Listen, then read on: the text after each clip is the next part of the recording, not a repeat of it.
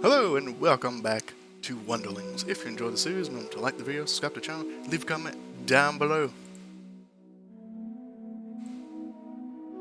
Alright, so last time we left off with you all escaping the Colosseum where the mice prisoners were to be executed, saving them with the aid of the rat trio, the Rat Rebellion. Not Rat Rebellion, Mice Rebellion.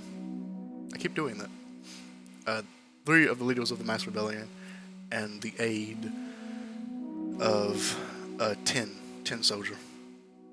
You regrouped at a abandoned warehouse where you healed, recuperated, and made your plans for what to do next.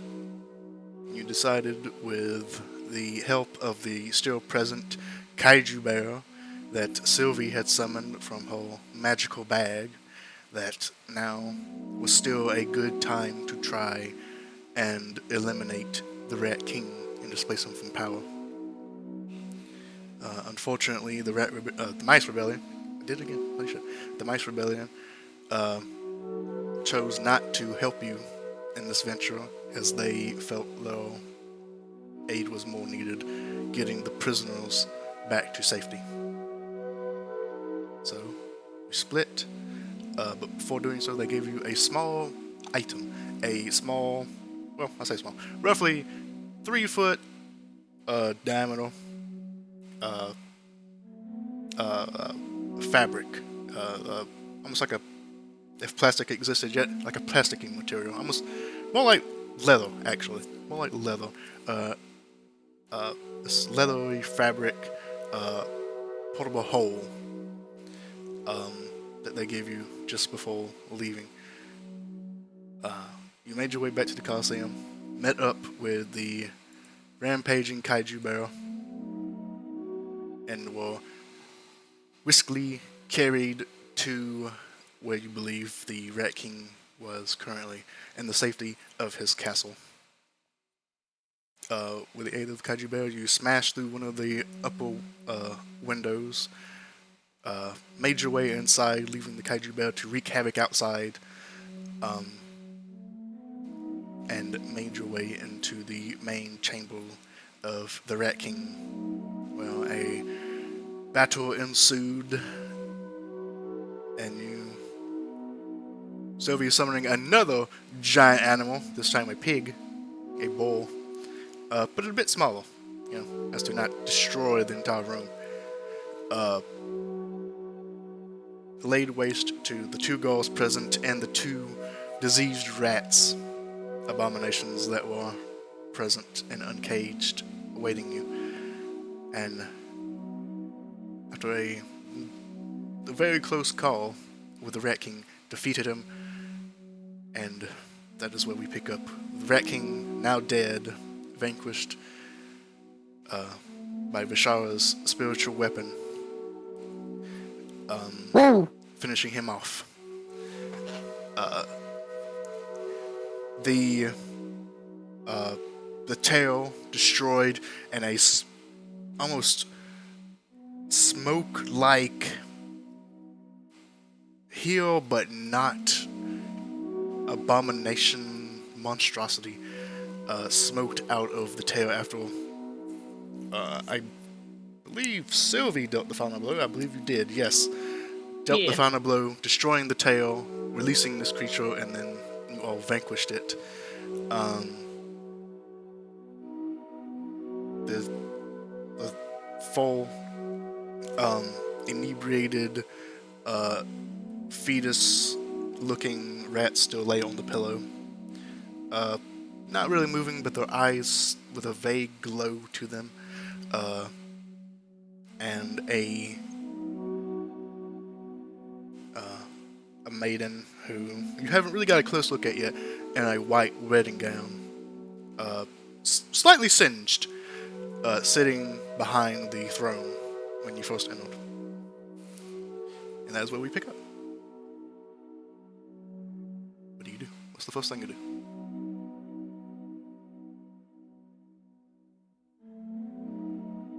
We should probably get out of here. Probably a solid idea. Agreed. Look over to Tin. Got ballerina, let's go. Before reinforcements arrive. You look to 10, you look to Batman. 10 immediately swishes over to where this other individual lays, or sits, picks her up, and as she stands, you see this porcelain doll,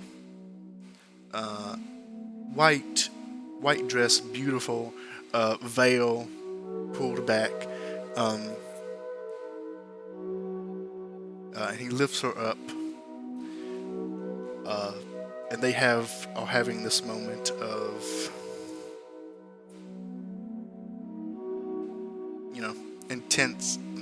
intense affection with each other, asking what happened. Read the room. They're not fucking. They're like kin down there. It's completely flat. Now's not the time. We gotta go. You catch them, and this moment of intense, kissing. They are kissing them. And Tim looks to you and nods and goes, "Yes, quickly, we must leave." He looks back to you all. Do you have a way to escape quickly?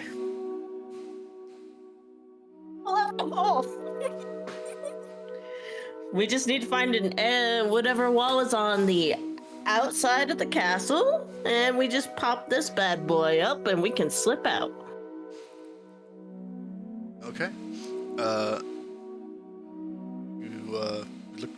So you can look around, and there is windows in here, so these walls are all like next to like the outside if you do want to try that. I do. Okay. You go up to one of the walls, you take out this leathery fabric and fling it against the wall. It hits with a loud slap, and there is now a precise 3 foot diameter hole. 3 foot relatively, in the side of this dollhouse castle. And you look outside and you see like the kaiju bear is still wreaking havoc, tearing down towers. Well, guards are standing as they're shooting like arrows at him. It's doing absolutely nothing. The arrows are just bouncing off of his thick fur.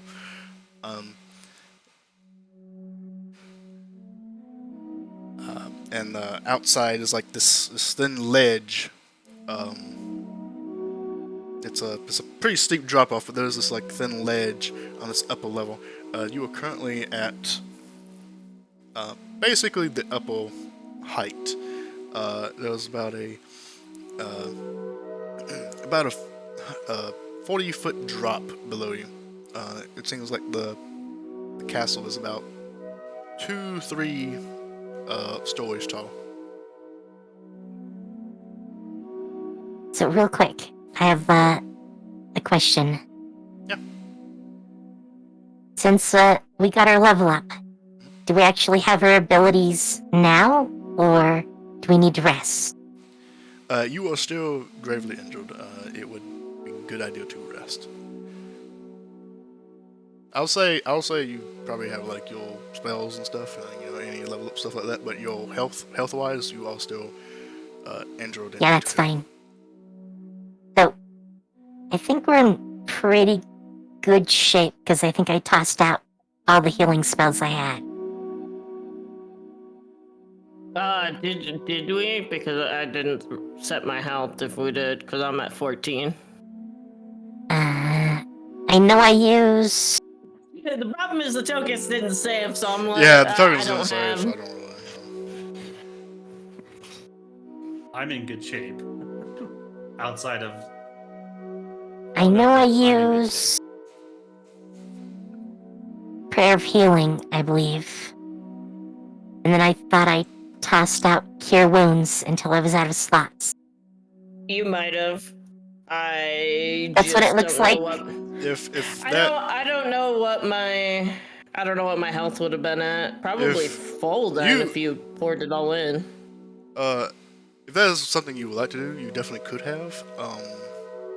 You probably would have. I think it's what I did, because Yeah. that's what shows up basically on Roll20. Oh, okay. Yeah. Yeah. You probably. I think the only spells I had left are from leveling up, so Do you know how much you healed for? no idea. I know it would have been a good bit, but I don't know exactly how much. Okay. This would have been a good time for me to actually go on back into the VOD and look at that, and I didn't. I remember doing it, but I don't remember numbers. I mean, Sadly.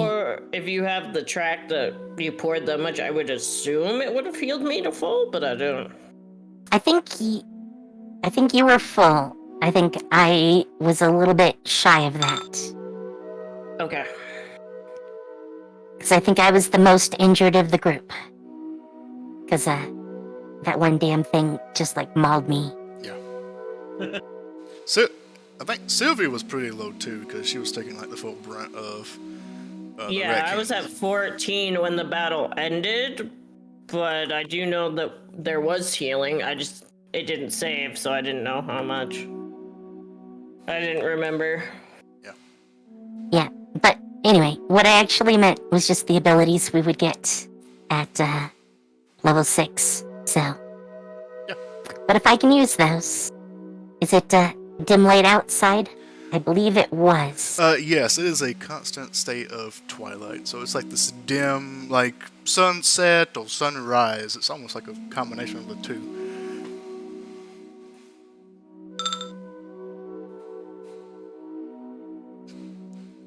True. So, I think Bishar's gonna say, I want to try something. And then she walks right out the window. Okay. You walk out the window and you begin to fall down. Well, not quite, because Feather fall? steps of the night. Ooh. She just literally walks across the dim lit sky like it was ground. That's amazing. You all just see Vishal begin to just walk in the sky like it's solid ground. Just That's neat. I can't do that. I might have something. Let me see here.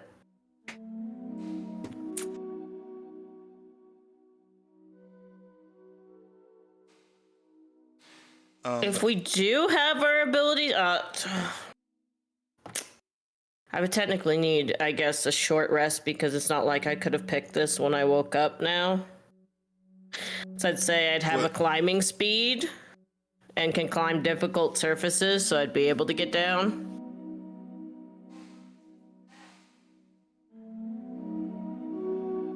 Oh.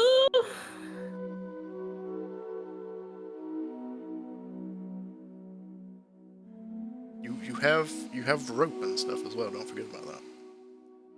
That is true. All right, well, so I'll set up some rope so we can shimmy down.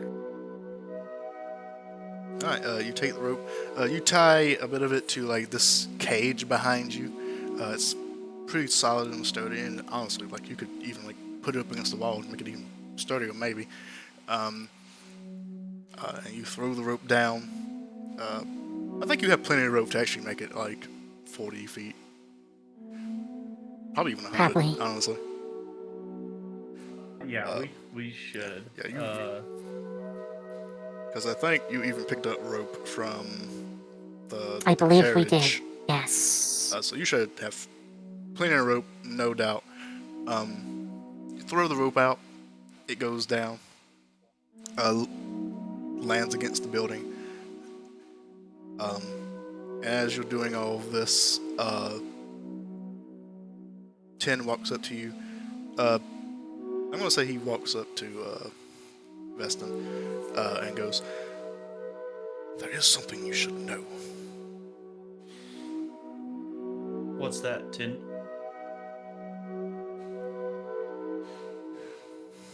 Ballerina was telling me about how she was captured. Apparently she came through some kind of portrait in the wall. Kind of what in the wall? A portrait, a painting. Like some sort of doorway. And it's in the castle. Along with Can she guide us several there? others." He looks to her and, "Can you?" She nods. "I could." Well, where is it? It's Bashar, do you really want to be going that way? down several layers. I mean, I thought we were leaving, but On the bottom floor. You don't have to go now, but I could guide you. Whenever, if it is something that intrigues you. Well, If it you came does. through the portrait, where does it lead? It led from our home. From Which- the workshop.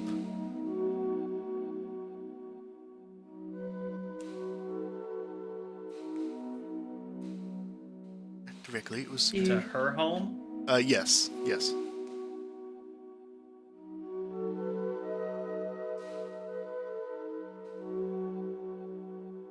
Bashar's gonna say, do you want me to grab this rope and bring it back up to you guys? I guess. We might as well, if there's a magical portrait, find it. Bashar will walk Take down. these guys home, and we'd also be out of the city. You also had the pig with you still. I don't think he died. I think he was like magically alive on like 1 HP. He was very low, I remember. I thought the pig did die. I think he survived on 1 HP until the very end. I think he's still alive. Yeah. They were, because I remember at the very end, him and the barrel did Peaky Blinders. I remember. I don't remember HP, I don't remember anything important, but I remember Peaky Blinders.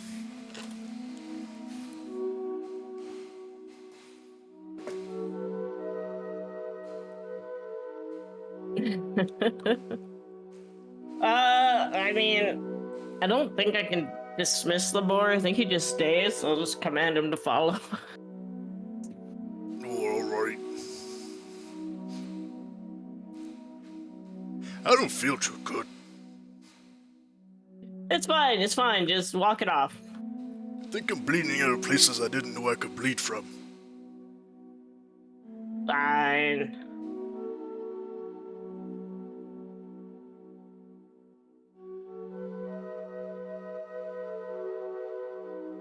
Alright, shall we go? I think so. Alright, so you gotta look it back up. Yeah, Bashar will have grabbed the rope and flopped it back up. I like how you can basically just fly. Yes, Permanently. though it looks like she's just, like, walking up and down stairs or just walking on flat ground, That's amazing. even though it's the sky.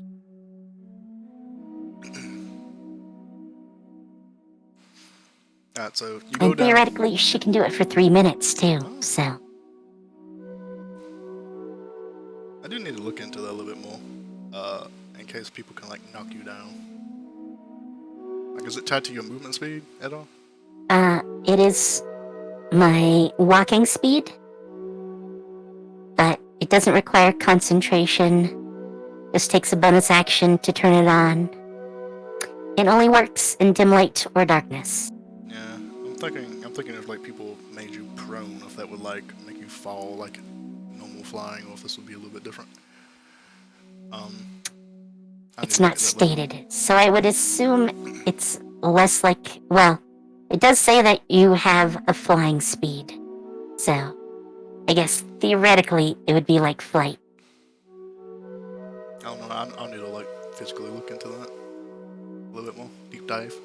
Probably not going to happen just anytime soon, but you know, for future, something I need to look into. Alright, so you fly down, you grab the rope, you bring it back up, and you all follow Ballerina as she leads the way. And she begins to lead. She leads you out of this room,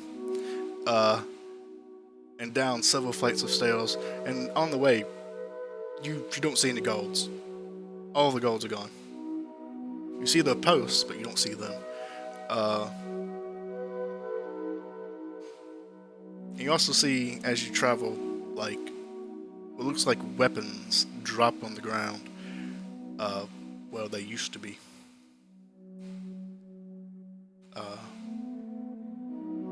Like they disappeared? Either they disappeared or they just left Dropped their weapons and ran. Yeah.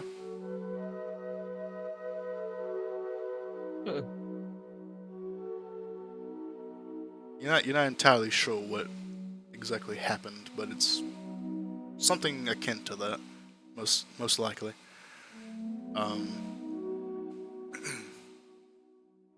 Either of those scenarios, really. But she leads you down 2 flights of stairs, into what looks like some sort of library, but all of the books and the bookshelves are not real.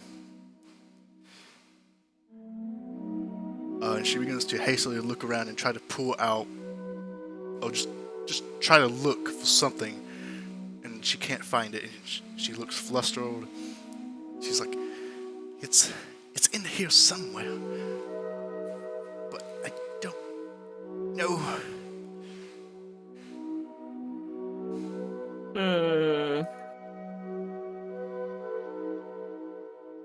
Need some help? Yes, it's. I came out of this room from a different room, and I don't know how they did it.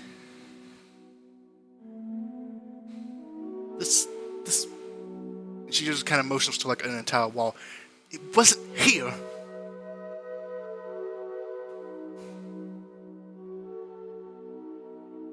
Probably a hidden doorway or something. Let's take a look. Investing will start looking for a hidden door. Alright, for anyone who wants to look, give me investigation or perception. The difference is investigation will actually, if you do find something, it will tell you what you found. Perception would be like you find something that looks a little out of place or something like that. Perception. That's a good perception. That's also a good perception, wowie.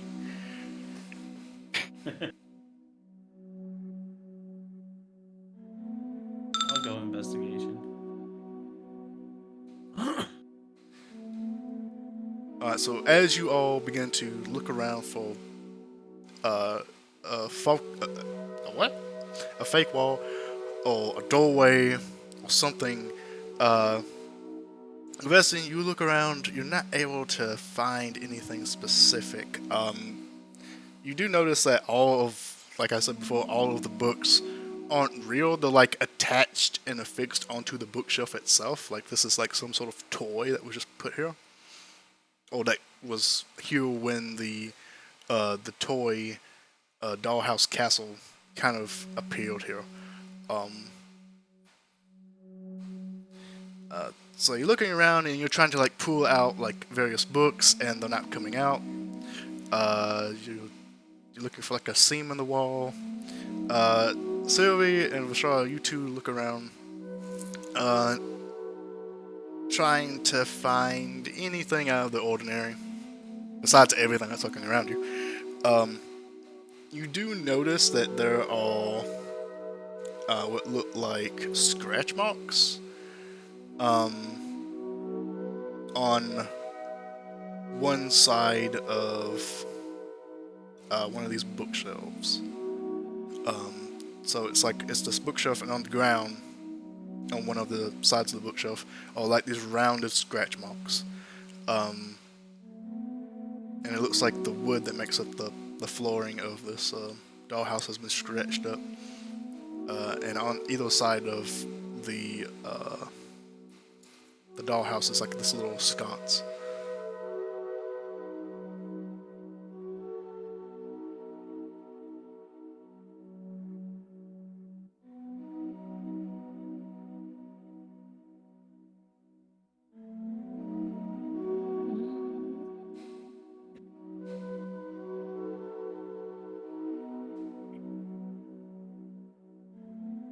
Hello? I think we're thinking. Oh, okay. I was like, did I cut out? Yeah.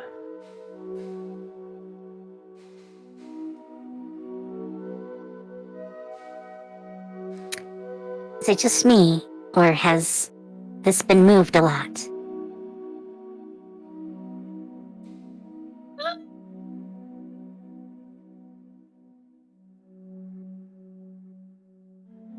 Go over and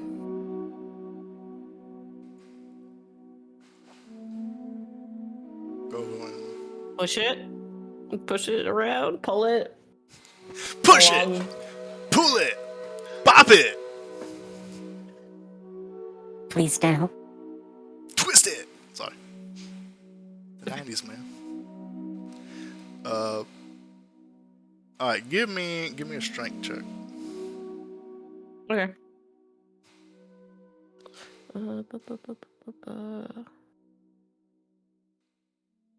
Is anyone helping you in this, or are you doing this by yourself? Is anybody helping me? I mean, sure. Okay. I roll with advantage then? Bingo. 24. Thank God you are helping me. I would have loved it if it was just a 10. Straight up 10. Average. Alright, so you grab onto the sides of this doll, not doll, of this bookshelf, and you begin pulling, you begin pulling it, and slowly it goes, and just scratches along that previously scratched up flooring. And as you pull it, the walls themselves begin to like twist. So as you like pull this bookshelf off, imagine the walls as if they'll kind of like a Rubik's Cube begin to like shift. And what was the wall in front of you becomes the wall on your left, and the wall that was on your right becomes in front of you. And as that happens, you see a doorway that appears out from behind one of the other bookshelves and is now in front of you. Behind this bookshelf that you moved. And you see now the bookshelf is on like some sort of like metal hinge that like keeps it in place.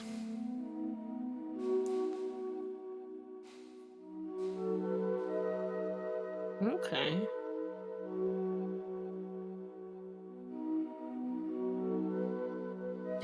Do you remember coming through this area? I asked Ballerina. Yes, this is it! And she rushes through the doorway. Nope. Okay, well, I guess we're following behind. It explodes! Fireball! Everyone dies. Rip. She rushes through the doorway.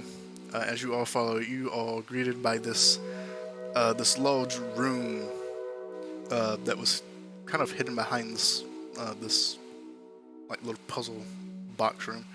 And it's almost like the circular room that has 6 paintings in it that are hung up close to the floor. It has like these all around the room, or like these steps going up to these paintings, and they're almost like constructed like archways.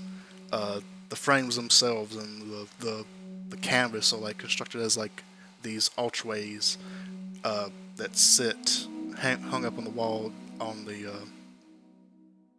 floor with these steps going up to them, and there's 6 of them. The one straight across from you is an eerie, dark forest that has like these little flickers of yellow specks in it. On either side of that is a flower field of these huge flowers of poppies and dandelions that kind of seem to almost flow in a soft breeze. The size of flowers, the size of trees almost. On the right side of this eerie dark forest canvas is this colorful painting of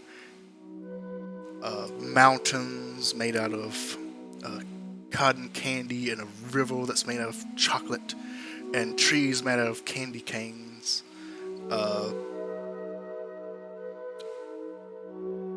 And on the right of that one is this open ocean scene that has like this little tugboat that's oddly shaped like some sort of a whale. And you see it like just floating out in the middle of this ocean as the waves go up and down. And on the right side of the flower portrait, you see a portrait of a tall clock tower. This tall, ornate clock tower with several towers kind of attached to it. It's basically like several towers attached to each other, and they all just kind of go out, and each one has a clock and like gears of shifting. This one has a giant rip cut through it, ripping the tower in half and the portrait in half.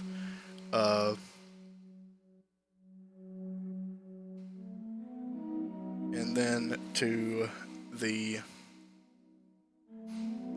right of the boat on the open ocean, this like whale-like boat on the open ocean, you see this final canvas, which is completely white. It doesn't look like anything is on it.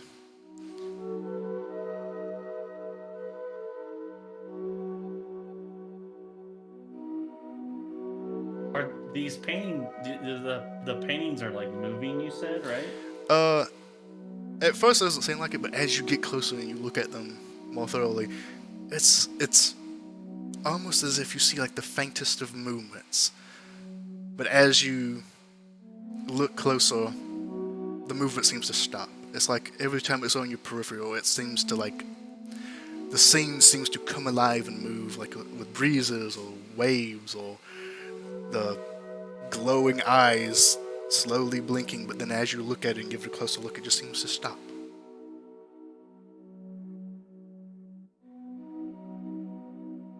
Can I go up to one and like touch it? Yeah, which one do you go up to? I go up to the clock towers. Okay, you go up to the clock towers and you touch it. As you touch it, nothing happens.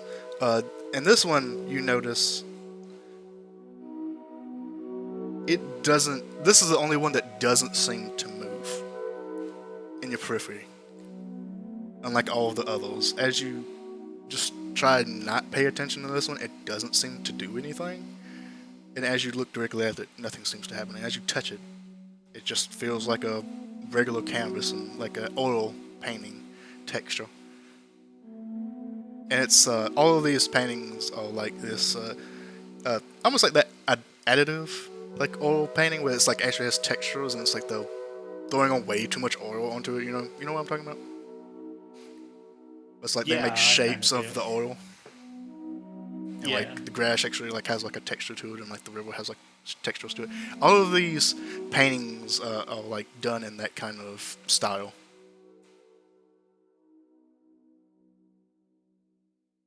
I guess he'll come back and he'll go to. So there was the clock towers, the ocean, and what was? There were two more, right? There was There's the six. blank one. There was Oh, six. six. Yeah, there's 6 frames in total. There is a flower field with flowers the size of trees. A candy landscape. The open ocean with a boat on it that looks like a whale. The clock tower that has a giant rip through it. The dark forest that has like these little glowing eyes peering out of the tree line. And a canvas that is blank.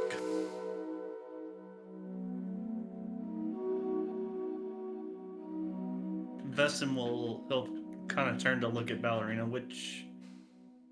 Where are you from, Ballerina? She points straight ahead to a eerie canvas that has all the little blinking eyes on it. There, we're from there. Vestin will walk over and try and creepiest touch one. that canvas. You touch it, and as you touch it, the oil paints begin to like ripple, and you feel your hand begin to slowly go through. And as it does, you feel like a coldness on your fingertips as they slide through.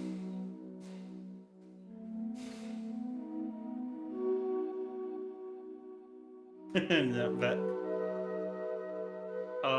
yeah, and then he pulls his hand back and like touches it a few times and watches it. Yeah, it does the same thing each time. And as you do it like multiple times, it just like So, has like this I rippling still- effect. Keep going. I had my headphones on when I went AFK real quick. Can you describe the portrait again that she said she was from? You said it had a bunch of eyes. Yeah, so the portrait this one is directly in front of you as you walked into the room. It is this kind of like depiction of a dark forest. Still Twilight. Like one of the things to like notice is that all of these paintings seem to be like a Twilight-esque, but this is the darkest, probably from like the shadows of trees almost. And it's like all of these gnarled-looking trees. The limbs look like they almost like come into like claws. And there's like all of these like little bitty yellow dots in it. That just look like glowing lights, but as you like turn away, they kind of like blink, as if they're like eyes. You're not entirely sure if they are eyes, but it kind of gives you that feeling, as if something is watching you from the other side of the trees. Of course, it's a spooky painting. Why can't any of these be like a nice summer's day on the beach? Though it's the ocean. You could go I mean, to Candyland. I do like Twilight. You're a little biased, I think, in this one. Quite possibly.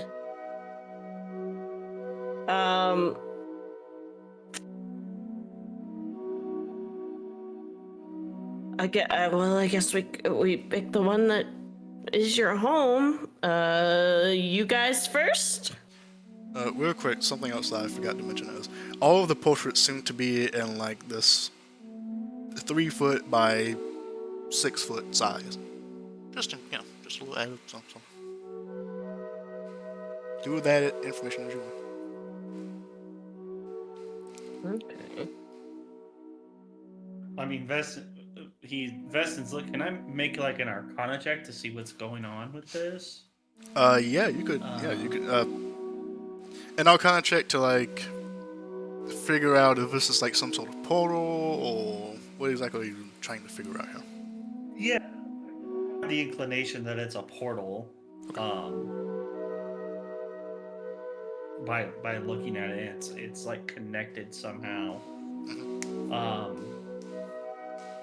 I guess without going through, I won't know if it's hooked up or if there's a return path or not. Stick your head 5. in. Terrible. With a 5, you look at it and you try to like examine it for like any sort of clue if this is like a one-way, or if this is like a doorway to and from, or like if there's not like any clues as to like any clues about like what kind of enchantment this is. And as you look around it, you do notice that there is like this. No, there is this magical essence about it. No duh. You just put your hand through it. And as you kind of like go like rub your hand along the frame, I will say this: the frame, nothing seems out of the ordinary about the frames. The frames look like some sort of relatively nice wood, and they're all carved and like they have like these little designs on the outsides that kind of correlate to what the painting is. But as you like rub your hands like along the sides and like look at them, there's nothing seemingly magical about the frames themselves. All of the magic seems to be tied to the portrait that you're looking at. The canvas, I mean. The canvas, not the... I don't know if the portrait would be like everything, but the canvas specifically. Or the paints. You're not really sure. Something about either the canvas or the paints, or like something like maybe a combination of the two. Maybe it's enchanted. You're not really sure what is going on, but it seems to be tied to that and not really the frame. Okay.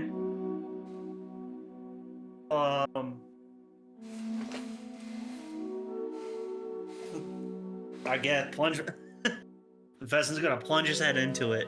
Okay, you plunge your head into it, and you just like this sound as like your ears like go inside, like, and you. I'm assuming your eyes are open.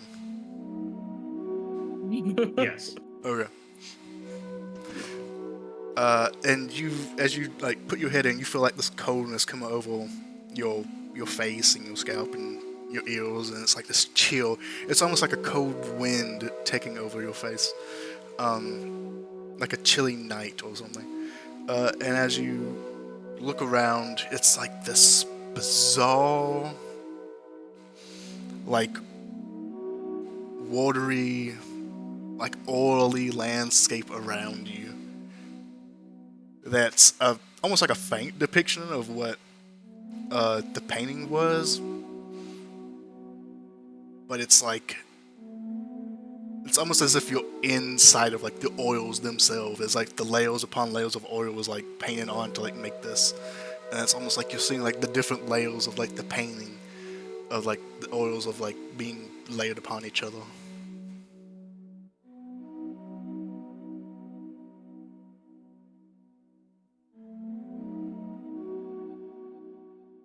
Well, anything? I don't know if you can hear me with your head through it. You yell out.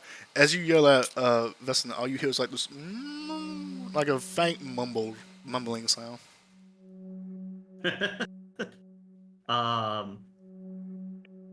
When I pull my head out, am I now covered in oil paint? You pull your head out. No, your head is completely fine. It warms up a little bit in this, the warmish air. But there's no oil on your paint. There's no oil on your hands either. Well, what's it like on the other side?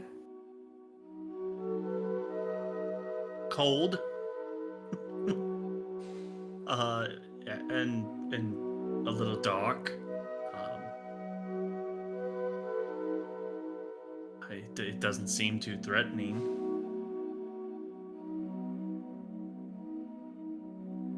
Okay. Do we go through? I mean, it's Ballerina's home.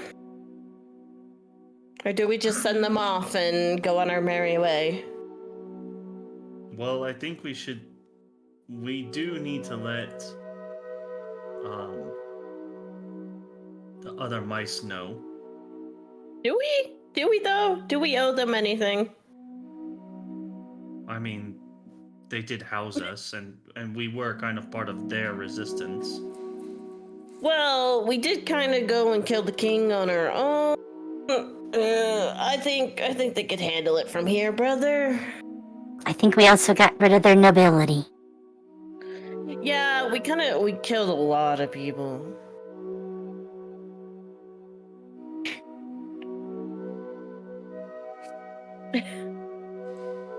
There's still my bear too. That's still. There is also I have to meet that pixie at the docks and a cycle. I don't know. What if we don't do that and you keep the sword?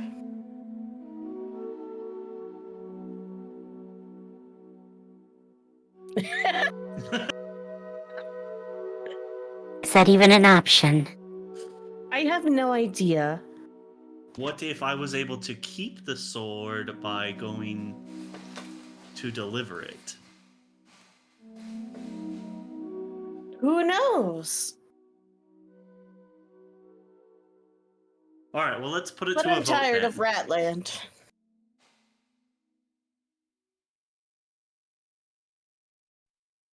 My vote is through the painting.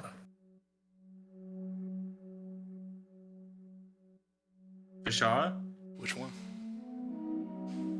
The ballerina's painting that she came from. I'll follow you guys.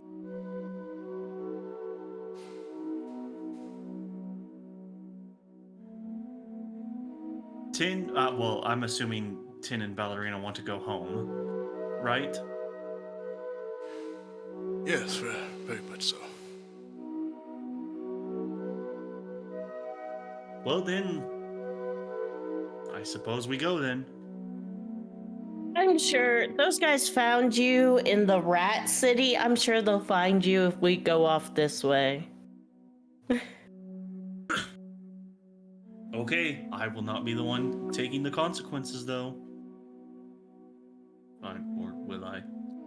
I probably will. I'll vouch for you. I forced your hand.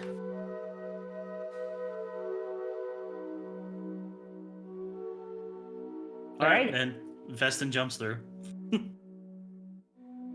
Ever Follow forward after. into danger. You just hear like. Bashar will go along with them.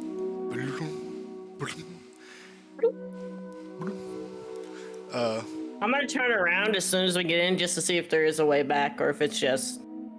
Alright, so what is the order of people going? Of people going through? Vestin assume- went first. Okay, you're first. Sylvie after him. Okay, so we have to. I'll say 10 and Ballerina would have been like just after Sylvie. So y'all I'll guard the rear. followed after. Oh, if you're going in the middle, then Piggy. Piggy goes before you. Piggy's coming too. He's still coming. Yeah. 1 HP in a dream. I didn't even baby. think about him. 1 HP 1 in a dream. HP in a dream.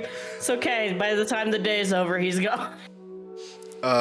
Leaving good old Bear behind. Peace out, Bear. He's got this. Pull one out for the homies. He knows. Eat the bourgeoisie. So Sylvie, as you immediately go through and turn around, you do see like this. You don't see a painting. What you see is this strange, like twisted, almost not circular, but like this strange, twisted, arch-like trunk of a tree, like this dark wood tree. Well, the trunk has like twisted itself in like to two halves and like come back together at the top. It like made this strange arch. I forgot the word. The strange arch.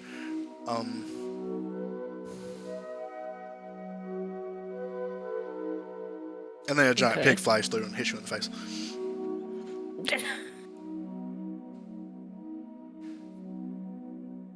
I don't think I was like right in front of it just because No, Everyone was we're, coming no, behind we're going me. with us.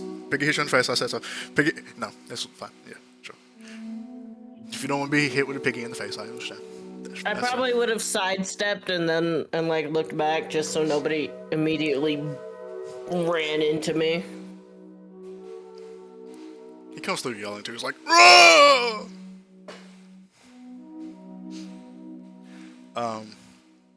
And then Vishara comes through.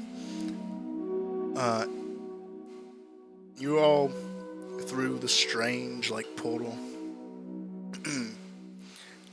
You take a quick look around you. You all still tiny, like God damn it. teeny tiny. Like the forest around you is giant, humongous trees that tower above you. The tree you came through itself is strangely. When you first came through, it looked tiny, but as you turn away to look around you and then turn back around, it's massive as well.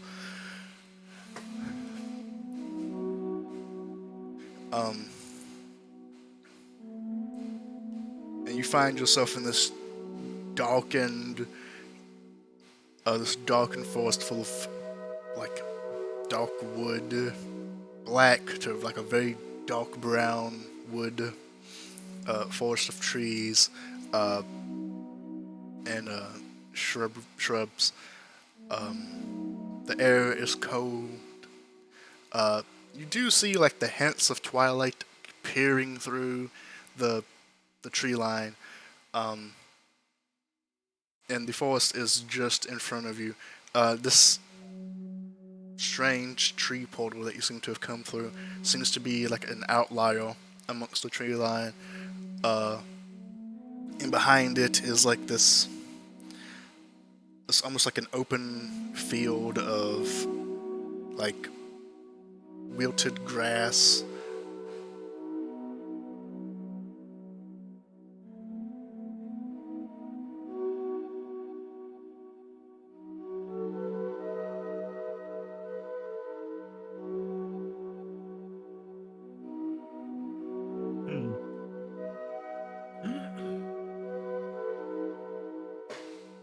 So where to? Where was your home?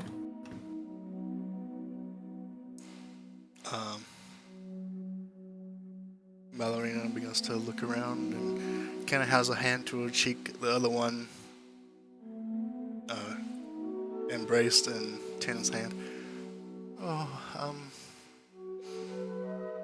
not entirely sure. I was rushed through in such a hurry.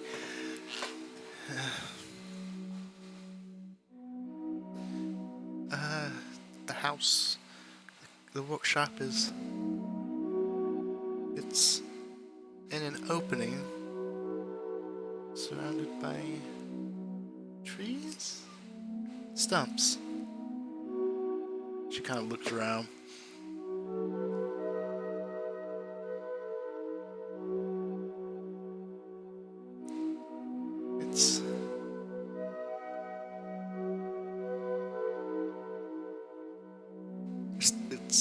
It's there. She looks, and she seems to be looking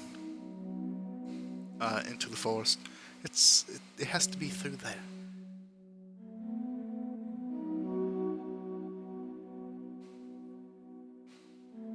Okay.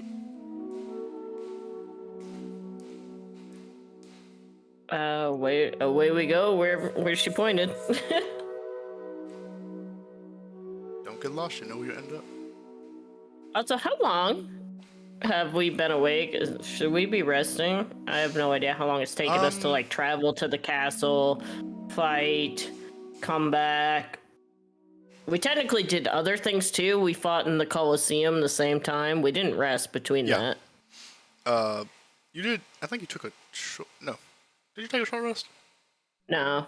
We did, yeah, we did. I thought you did. Yes, we did. Oh, okay. Yeah, in the abandoned warehouse.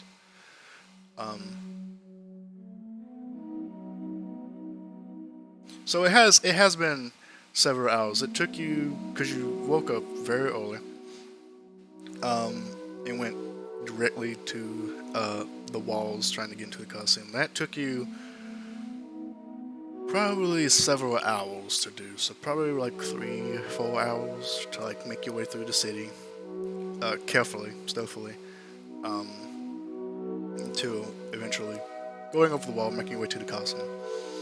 And then the fight happened. Fights aren't very long in D&D, in character, so that didn't take you very long. You went to the warehouse. That might have took you like maybe an hour, moving carefully. And then you made your way to the castle, which again might have took you about an hour, hour and a half, moving carefully. So you all going into about 3, 4, 5, 6, roughly 6, 7 hours or so of a day. Should we maybe rest and then go full speed to... I mean, sleep would be nice.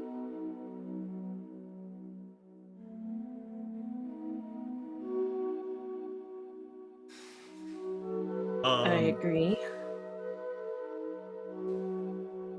I mean, I could do for a nap.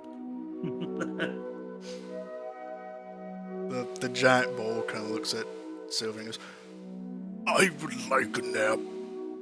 Very much. Yeah, you deserve one, buddy.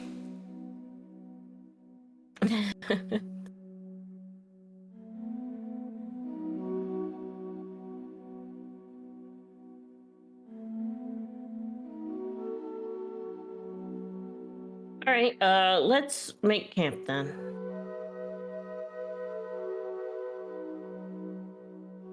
Alright, are you going to make camp like right outside of this archway tree, or are you going to try and find somewhere that might be, I don't know, safer? Anyone?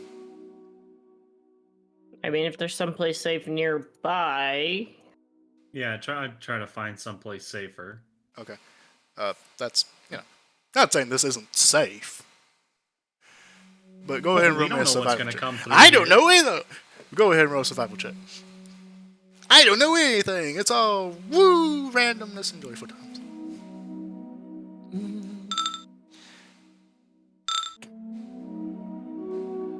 Damn. You look around for... wow, 2 10s. Perfectly average. Perfectly average. You look around for Except an area.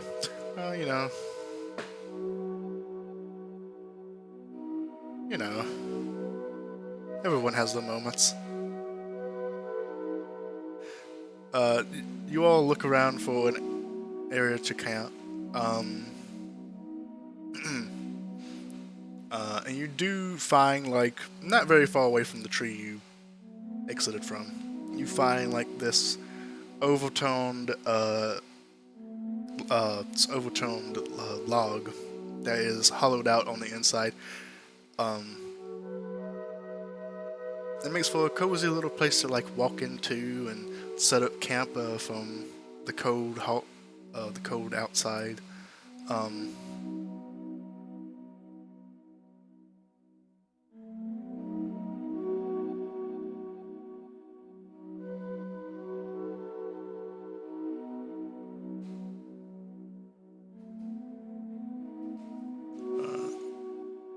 So you find a good place to set up camp for the night quotations. Okay. In a fairly large log. It's not completely hollow. It's like maybe 3/4 hollow. The wood chipping away, but nice little area, free from the cold outside for your teeny tiny little bodies.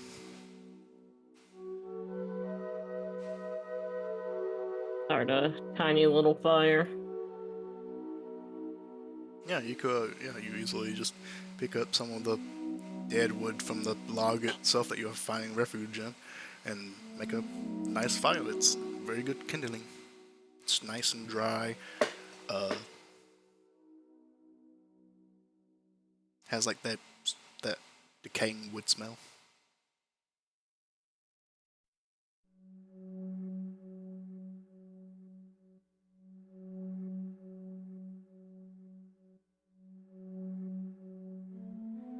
Pick out some dried food, have a little dinner, and then go sleep.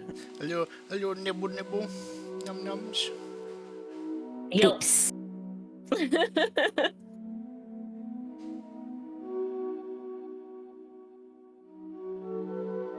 My body don't nibble nibble. It gnaws. That's a good one. I like that. Alright, so you make up camp for the night. Are you setting watches?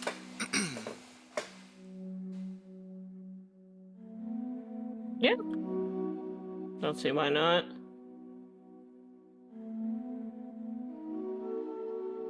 Paper, scissors on for first watch.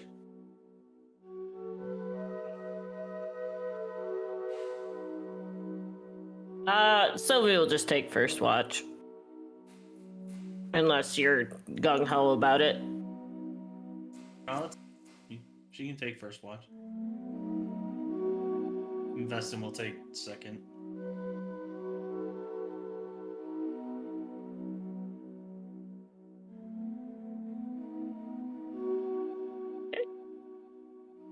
Alright.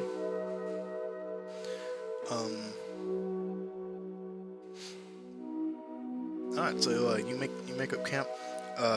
Tin and Ballerina kind of set themselves close by, but almost like in the own like little corner. Catching up, talking about what happened.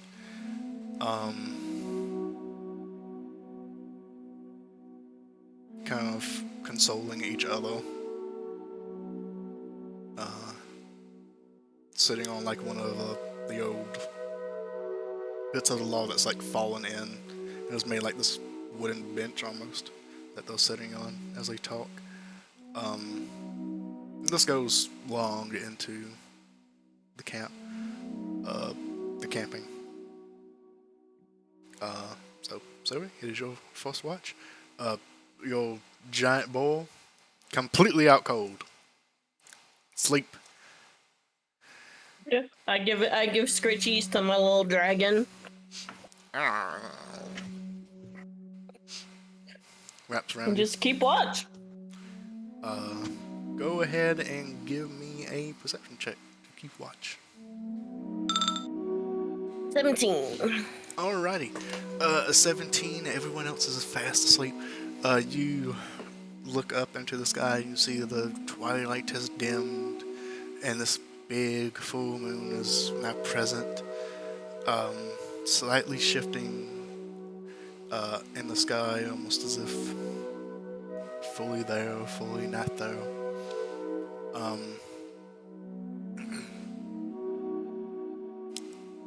And as you sit and watch, you hear off far into the distance a faint followed by another howl, followed by another howl, and another, and several others, until it's like this almost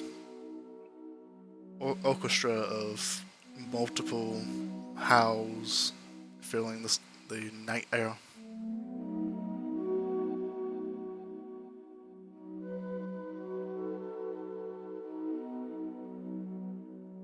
Interesting. Does it sound far away? Yeah. Very, very far away. Oh, okay. If you try to like pin down the location, it does seem to be coming from the forest. Okay. It doesn't seem to be nearby though. Just maintain my watch then. Alright. You maintain your watch. Eventually your watch comes to an end.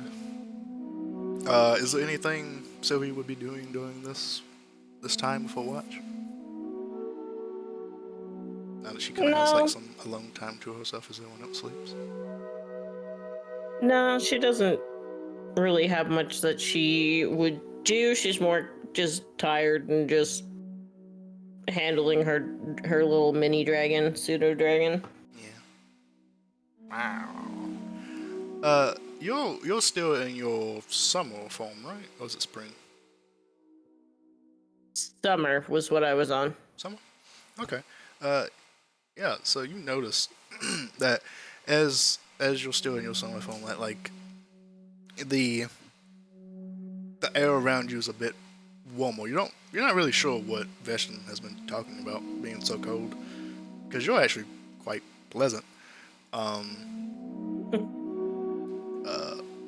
And the pseudo dragon has made a very taking full advantage of that by wrapping itself around you and staying very close by you.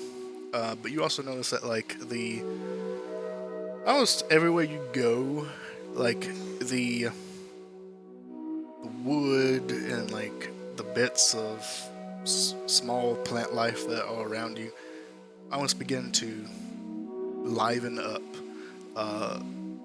Like there's the small seedlings like next to you almost become more vibrant and grow a little bit as you approach. Okay.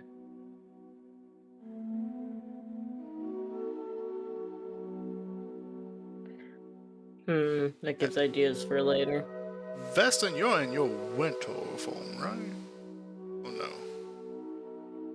no. No, I'm in You're spring, right? whichever one. Spring. Spring? Whichever one teleports. Okay. Yeah. In that case, you are still a bit cold. Even through your sleep, you're a bit warm. In this whole scenario, Charlotte's probably the coldest one here.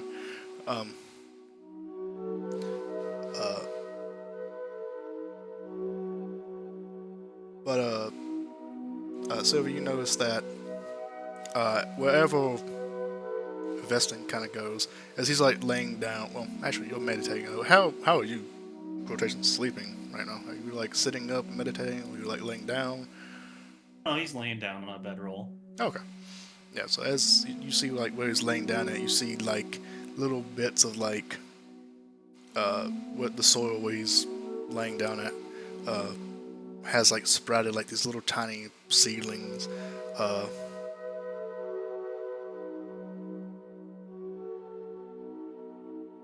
Kind of all around him, almost like a chalk outline of his bedroll, but of like these little seedlings that are like sprouting up. Okay. Kind of weird when you put it like that, chalk outline of his bedroll.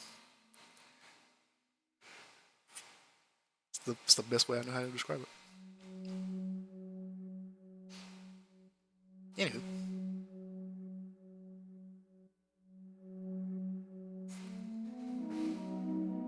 But if you Have some fun with this later, if we can physically affect things with our forms.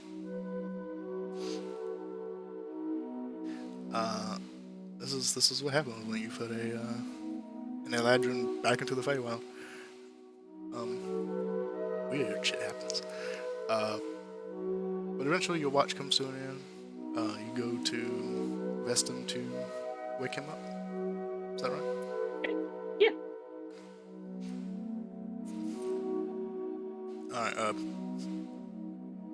Alright, how do you wake him up? Just shake him. It's your turn. And then I immediately just flop onto my bedroll and curl up. Don't mind the wolves. I will try not to.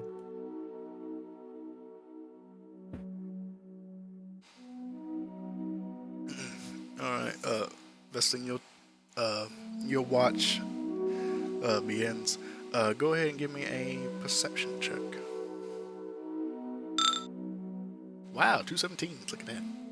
Twinsies!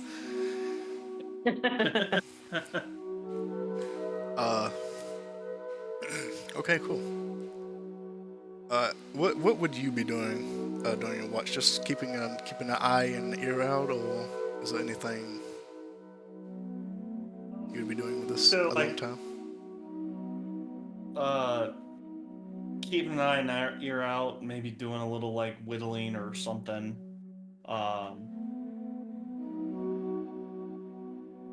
Making sure the fire is attended to, if there is one. Yeah, I think Sylvie started with fire. Yep. Little pyromaniac. What? Starting a fire in a dry log. What could happen? It's fine. It's just a little tiny spark. Pretty much, yeah.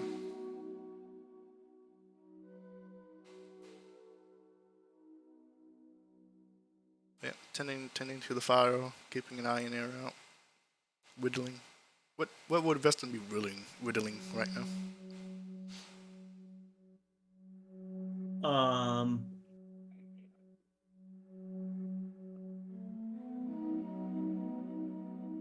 I don't know, maybe a little statue. Oh, and he pulls out his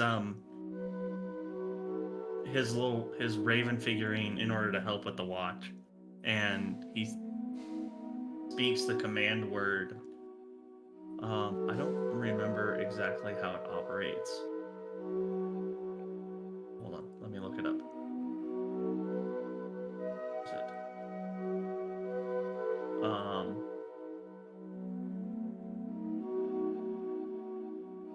And tells it to go fly around.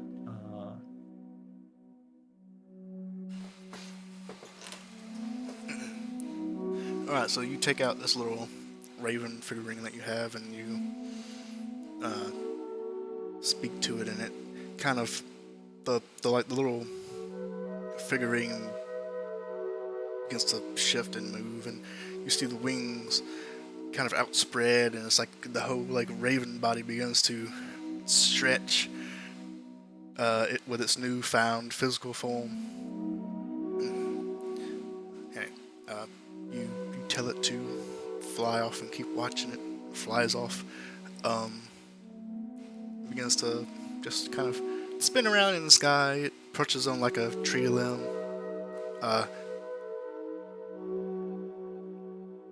And it's funny because it's still it's a raven, but it's still like this tiny little raven. It's so small, and it's just perched up on this tree, and you can't even see it because it's so tiny. You can cast Animal Messenger at will.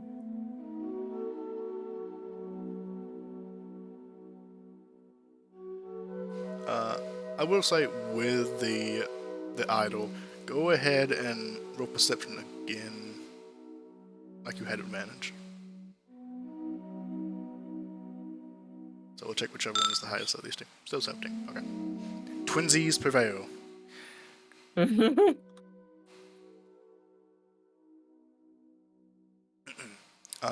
And as you're like whittling, keeping the fire going, you notice movement coming from within the log. I forgot the word just completely. You notice movement coming from within the log, and you turn to see like this, almost like this pod, like this little seed pod, with like these 3 blades of grass coming out from like the central seed pod, and it's crawling along the log, like up along the walls and up onto the ceiling, almost in like a spider-like fashion, like this 3-leaf pronged seed, and it's using the leaves to like crawl around the log. It seems to be crawling up and maneuvering itself to be above your group. Don't like that. Can I go poke it? It's so. I'll say it's about like a 15-foot ceiling. So to poke it, it would be like too high up. Size-wise, it is about the same size as you. Oh, fuck. Yes. This thing's huge. Yeah, so the seed pod itself, like the central seed pod, is about the size of your torso, and then like, well, a little bit smaller. Half the size of your torso. And like the leaf blades are like, each individually, like the size of you. And it has 3 of those, and it's like crawling around on them, kind of like a spider. It almost like has like the spider-like movement as it like crawls around slowly.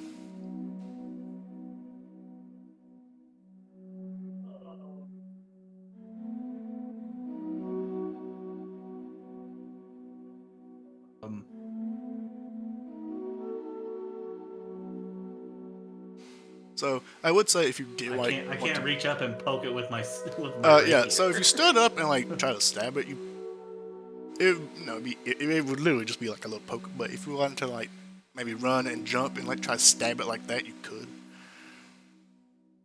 Unless you do just want to like poke it, maybe like a slight little jump, like a little tap, and not poke it like that. Well, yeah, I was just like poke. Yeah, I okay. mean, but this thing's fucking huge. Yeah. Size-wise, it's pretty big. It's like medium size right now. No, category-wise. Yeah, but Vesson is gonna be holding his rapier is You're back still again. sheathed. But he's like holding on to the hilt and he's just kind of eyeing the thing. Does it like watch him and follow him? This is before or after the poke? Well, he can't poke it. Okay, so you're not going to try and poke it. Okay, so if No. you like try it, so if you try to like move around and like see if it follows you, it does seem to like, noticing your movement, it does seem to like kind of stop and slow down a little bit, but it doesn't like have any like facial features or eyes to like see, or like eyes to like track your movement that you can like obviously tell that it's like tracking you. But it does seem to like notice your movement. And as you like take like these small like steps back and forth, it does seem to like it gets slower in its movement. It was already pretty slowly crawling along the roof of the slog, but now that movement is even slower, and it's almost like going in your direction at like an even slower pace.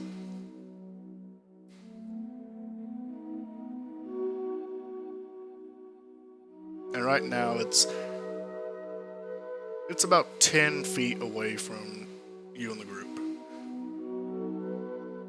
And originally it was going like kind of like to the center of the group, but now it's like kind of like taking a little detour to like go directly towards you.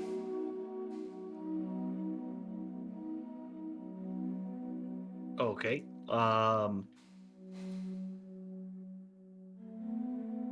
Can I chill touch this creature? Yeah.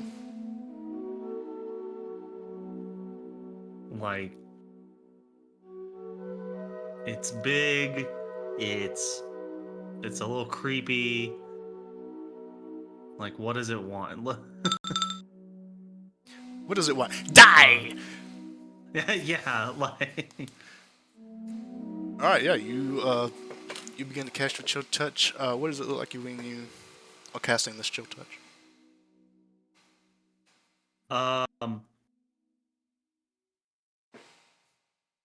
Vesson, he removes his hand from his rapier and does the stomatic component with like his one hand, like drawing a rune or whatever it is, and reciting the thing under his touch, and then just like this spectral extension of his hand comes out and like grabs and sinks its nails into it. Alright, yeah, so this like spectral hand of your own that like extends from you and grows out to like this central seed pod that has like these 3 leaf blades going out. And just the nails just extend and like dig into the seed pod. And you hear like a soft like as like the seed like cracks a little bit and like takes this necroticness as like the seed pod like kind of blackens, and like begins to look like a rotting seed, like a rotting walnut almost. Is like you could say like the black coming out from like the cracks that these nails of like chill touch have like dug into it, and it doesn't make any noise, but you can see it like it is taking this damage and it is like processing it as you see like the leaves begin to like vibrate and almost like shiver.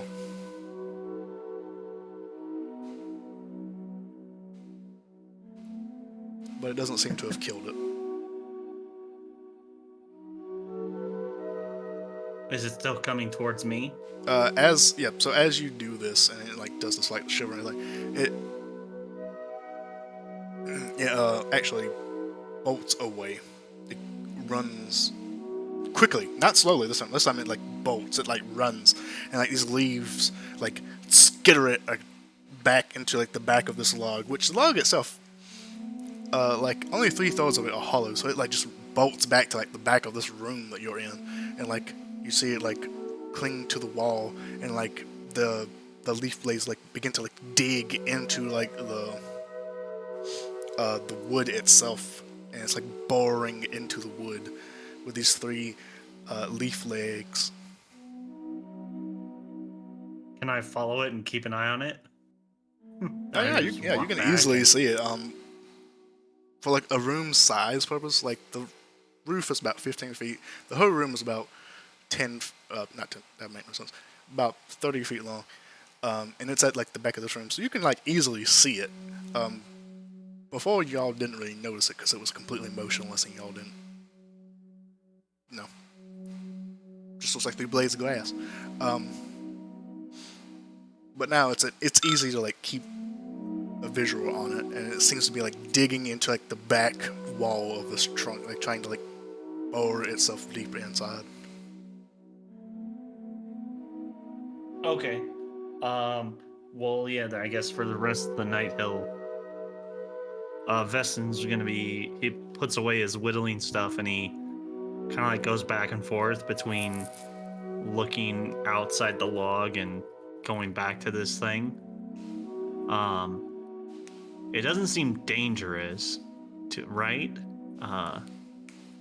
It has definitely been like creepy, but you haven't seen it do anything that would be dangerous.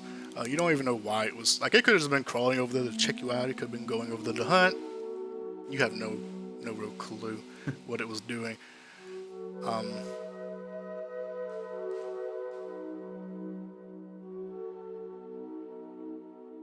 Yes, I'll just keep an eye on it until quote unquote daybreak. Okay. Guess you keep a careful eye on it throughout the rest of your watch, and as your watch continues, it has like not really even slowly, like it has quickly burrowed a hole into the log using its 3 leaf legs, and now there's like this little tunnel where the seed pod actually like wedged itself into and like pushed itself deeper in with the 3 leaf legs, using its leaves to like force its weight inside. So now you really don't even see it at this point. You just see this small, well, relatively small, about 2-foot diameter tunnel that goes deep into the log.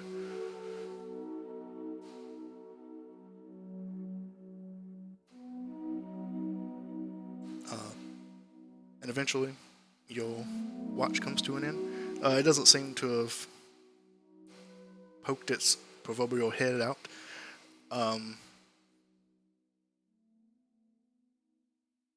Was it just going to be you and Sylvie taking up all of the watch, or were you going to pass the end of the watch over to Vishara? Because you only need. I'll take the. Yeah. I mean, if you're talking an 8-hour watch, it really only needs to be split between the 2 of us. Yeah, because you 2 only need, what, 4 hours of sleep, I think? Yeah. Sleep? Cool. Yeah. I'll just be sleeping away. Alright. In that case, your watch comes to an end. And it's still dark. Like, the moon is still up. It's this faint little wispy moon. Full moon out. You begin to wake everybody up, or is there something that you do before that?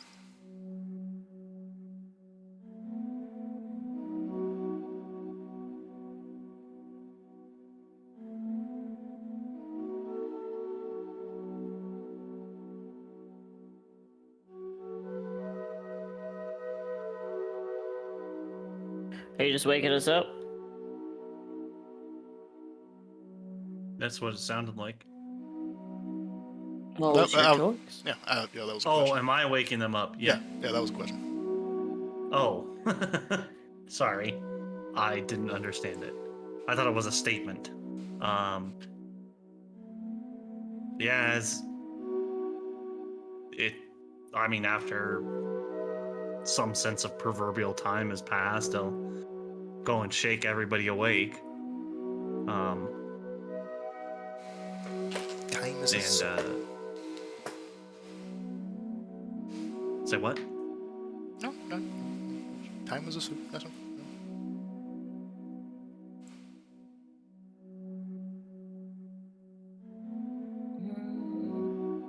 Hey, get up, have breakfast.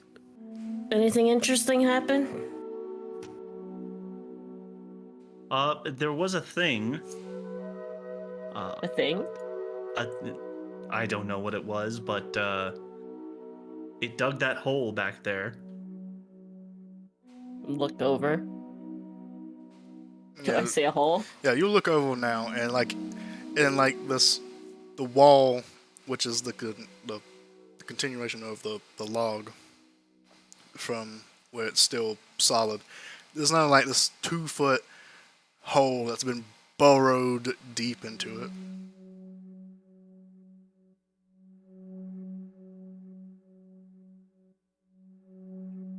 What exactly did you see? Oh, it was like a pod, and it didn't have any legs, but it had, or well, it did, but they were like grass, and it was like moving over all of us, and I kind of gave it a little magical poke, and it ran away, and it just started digging that hole. It dug it quite quickly, actually, so. I'm gonna go over and examine the hole. Alright, Does it just look like an insect or something? Investigation. Oh, perception. Wow, so average. So average. Today is a day of averages. You go over to the hole, and I'm assuming you also wake up everybody else as well.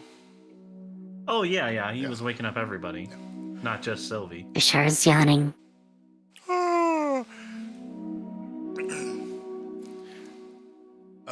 So Sylvie, you go up to this hole in the wall, and you go look inside, and it's dog.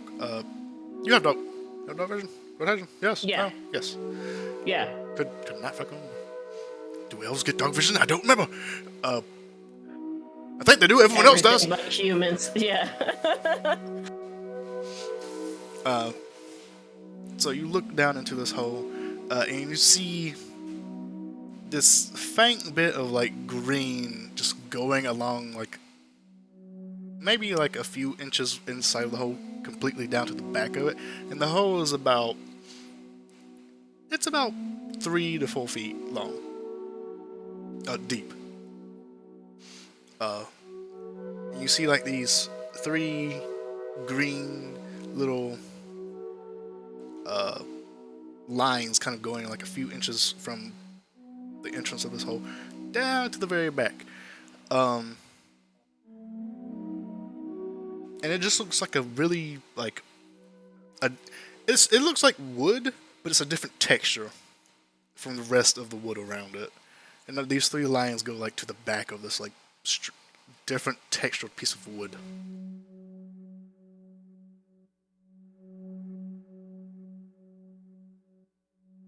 Okay. It looks kind of like a walnut. And does it just kind of like disappear out the other side, or?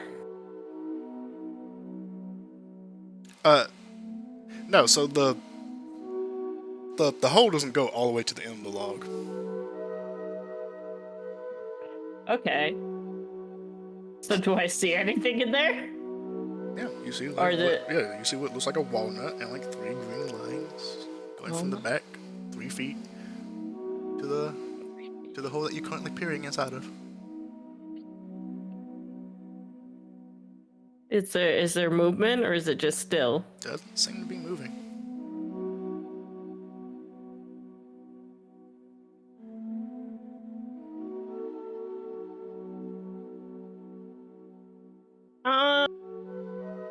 I'm just gonna step back and walk backwards to the party, still watching the hole just in case.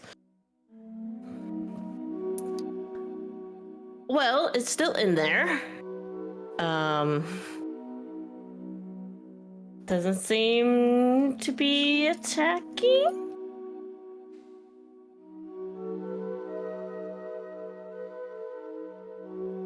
Knock on wood.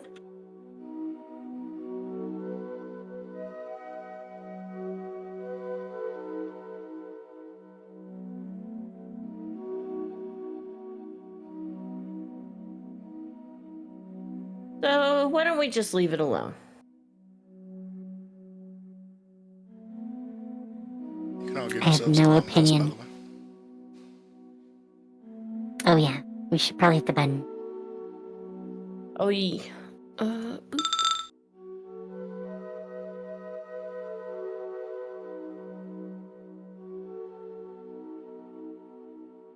I mean, somebody's not gonna mess with it. Whatever it is, it can stay in its little hole.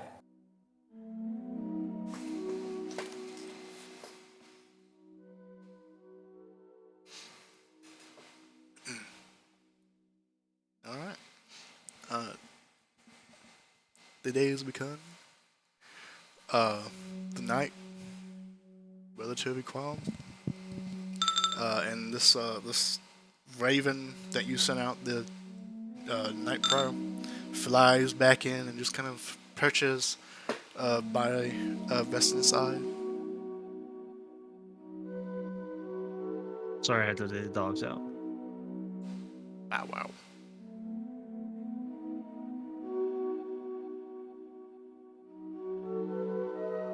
Okay.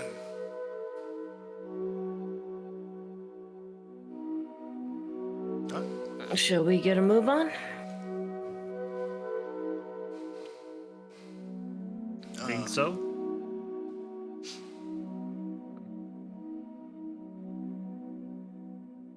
We're trying to find a clearing, right? Or Some sort of clearing with stumps.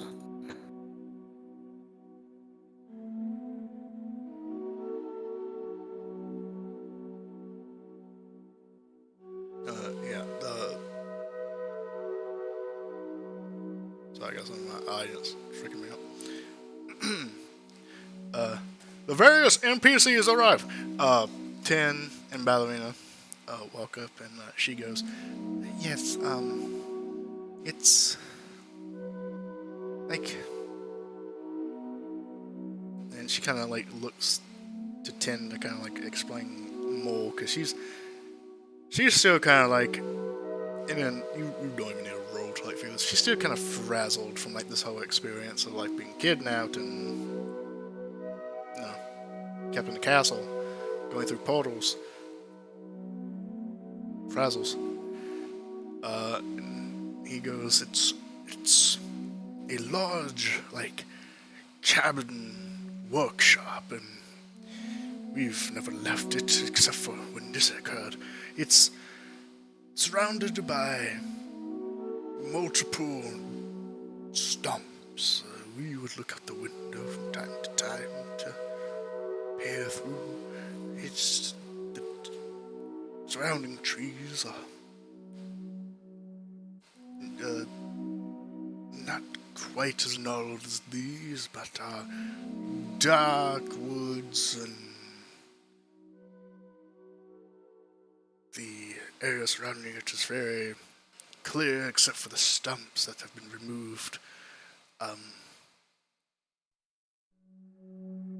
I did not travel very far to get to the Isle of Lost Things. It just sort of appeared once I traveled through the forest a little bit. And that is around the same time I found you all, after I had previously found Quint, our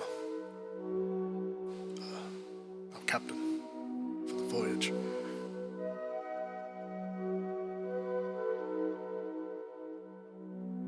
Seemed rather familiar with all the mice, though. So you had been through before, I assume.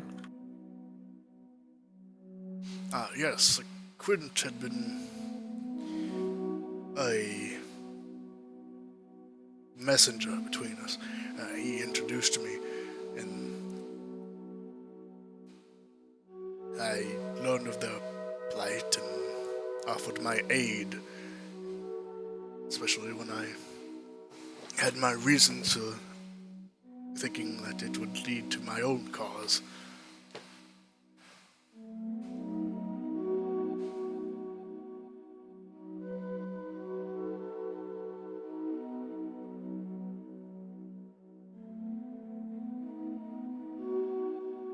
Right. Well, if you're sure this is the way, let us not waste any time and get you guys back home, and hopefully we can maybe figure out how not to be small.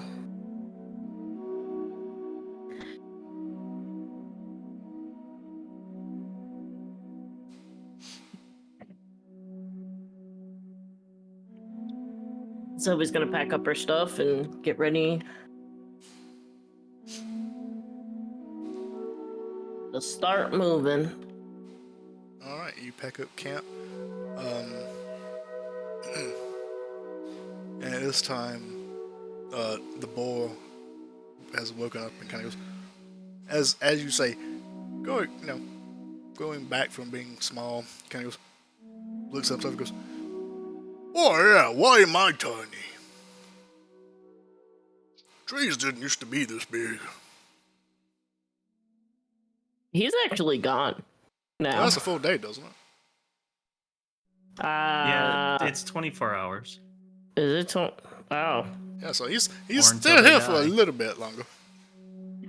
Oh. You're tiny because we're tiny. That's why. Fair enough. And we don't know why we're tiny, so.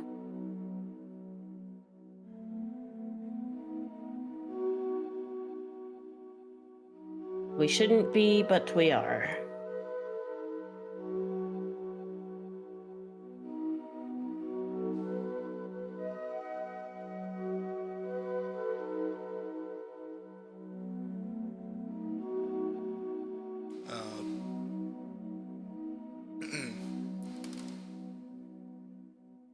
Tan kind of looks at you and goes,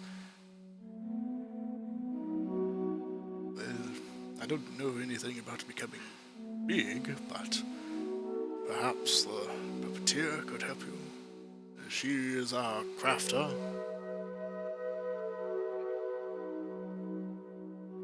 Puppeteer?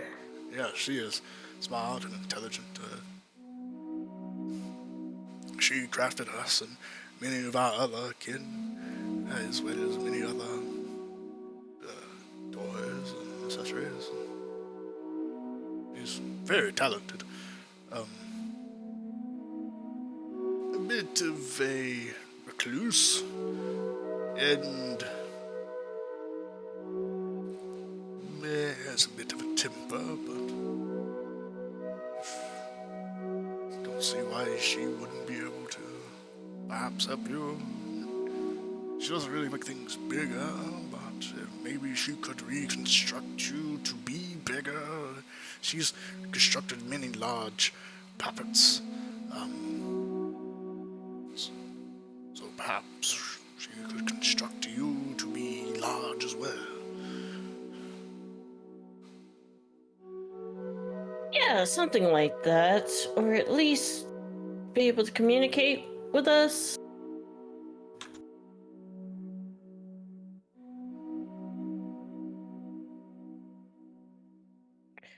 It's the best lead we've got to getting bigger.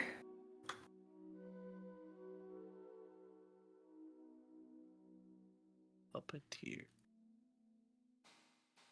So, shall we be off? Yep. To adventure. Just yell off in the distance. Random ass boys. Have no clue who it was.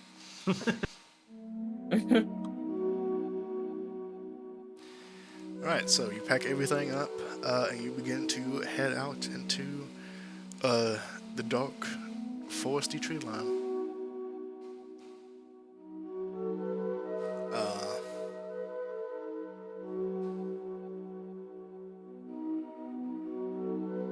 Yeah, so you begin to head out. Go ahead and make me a survival check.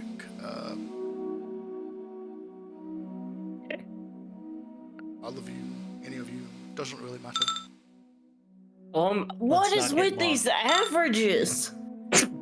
Average is average. I don't know what more to tell you. Yeah, but Wow. like almost 4 in a row? That seems... Seems sus to me. And I mean, we literally just averaged 10, so. You literally did. That's amazing. That's incredible.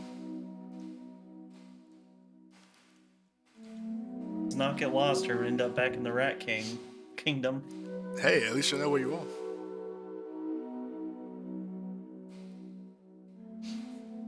That is true. You know how to get back. Whether it'll be easy or not, I don't know.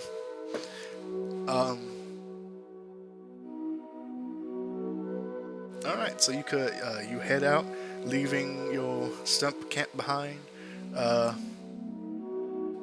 then heading into the tree line of this dark, eerie forest.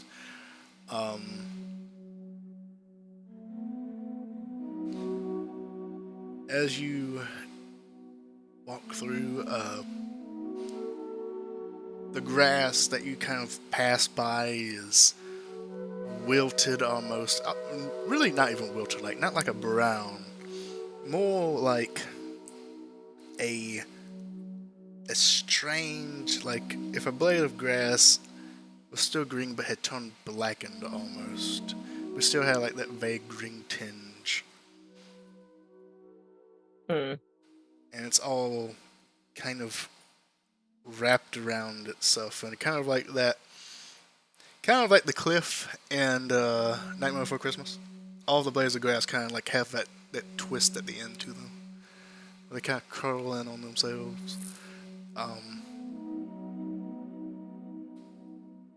As you continue on, you hear a loud cawing in the distance. You look up and you see a giant raven up in the trees, crying. Not literally, but like the caw. Yeah. Just to avoid any confusion, though. Okay.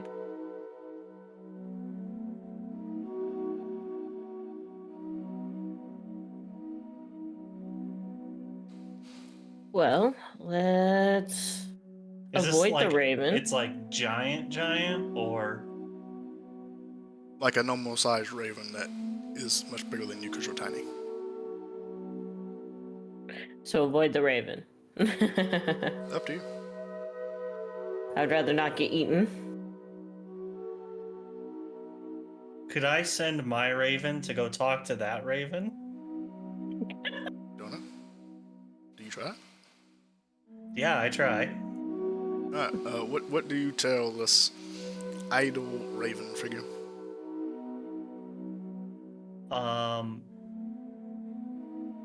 Does it know where a clearing with a bunch of stumps and a building is?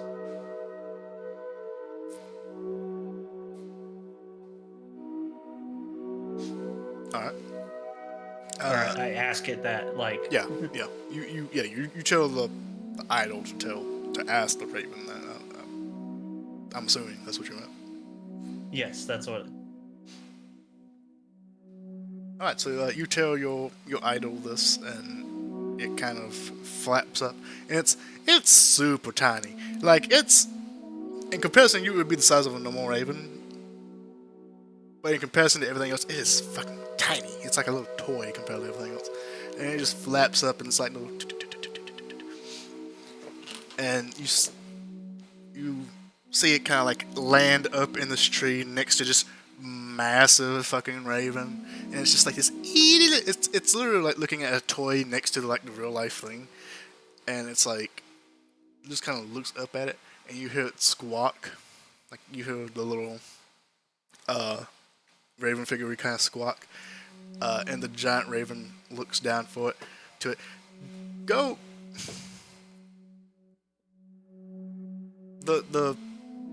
The idol doesn't have like a stat block, does it? Does it say it has a stat block of a regular raven? I would assume so, yes. But does it? We're just gonna go with yes at this point. Go ahead and roll a persuasion check. It's probably got a negative in charisma, but I can't imagine it'd be that much. Probably like a -1, maybe.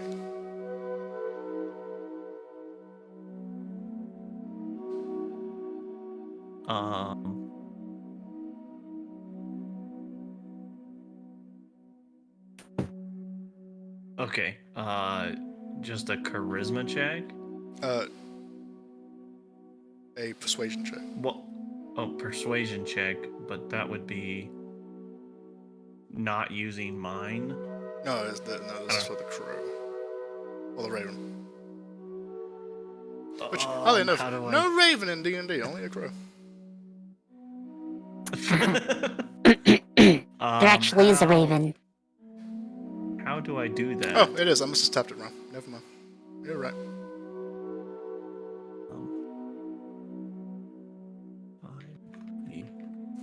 How the fuck did I spell it? I don't know. Tapped it in wrong. It's got a -2 to charisma. Okay. So 1d20 -2, I would guess. 3? It got a 3. Got a 3.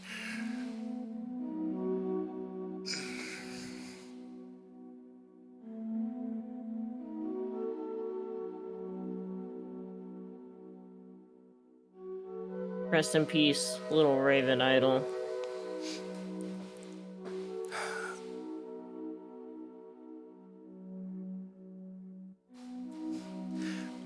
Alright, so you kind of watch this exchange, and the giant crow just kind of, it looks down at like this little tiny figure just curiously, and it's like you see like this giant like eye, like this giant bird eye just kind of like peering at it, like the head like tilting and twisting.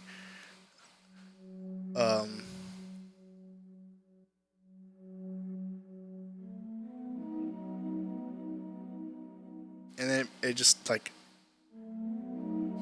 not like in an attacking manner, but like more of like a curious manner of just like begins to like peck at the little figure. And it doesn't look like any kind of conversation is happening. It looks more like this crow is just not listening to the figure at all if there is a conversation happening, and it's just more like enraptured by like the curiosity of like the super tiny crow that it just found. Raven. Macro. Raven. And like the little, as it's like pecking at like this little, your little figure, it like fluffs up and like gets, your little figure like fluffs up and gets like frazzled. It's being like investigatingly pecked by like this massive fucking raven. Well, if it takes even a point of damage, it becomes its own. It becomes a figurine again. So. Rest in peace. We'll find out. Currently, it's not doing like anything aggressive. It is purely like an animal investigating something new and strange.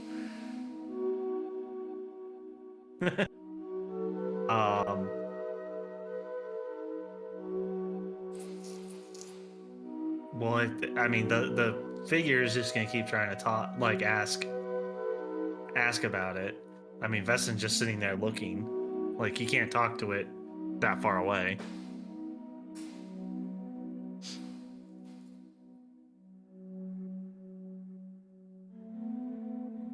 All right, go ahead, roll another persuasion check at disadvantage. Okay, so I'll roll that, and then 9.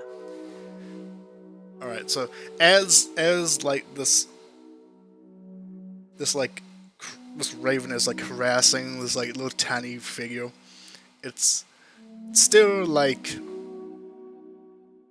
trying to like get out this message that you gave it to like deliver, and the giant raven just kind of stops what it's doing, and then it looks down in your direction. Where you all are.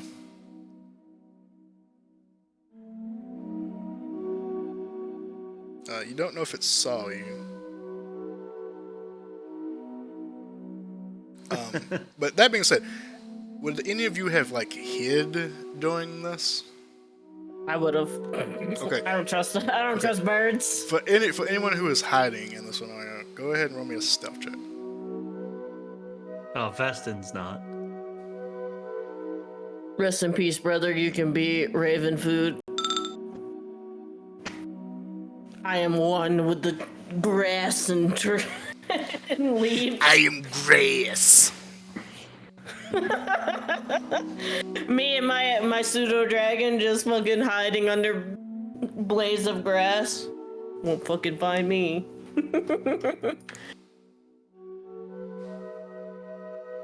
Is Vishara hiding? Oh, okay. Yeah, I think that's the plan. Cross your fingers. Nope. I stand in the middle of a field. You know, I was looking at this throne room, and I was looking at the throne, and for just the briefest of moments, I saw it as a toilet. So Oh my god. I can't get the sight of that cushion being a toilet seat, because it just looks like a porta potty urinal thingy. Not urinal. Anyway, that's in my head now. Alright, so Sylvie, you like duck behind one of these like blackened, like, yeah, one of these like black and dark green blades of grass, and just kind of watch everything from like a safe distance. Vishal, you also try to hide, but there's like a gleam of like twilight just beaming in and just like plinking off your armor, like giving off this like little bit of like shininess, and like this whole array of like darkness is like this one beam of light just hits you and then just fragments out. It's like a little beacon. And Vestin, you're not hiding at all. Everyone else, Piggy included, kind of like notices that like something like this could go badly, so they kind of hide or like do their best to.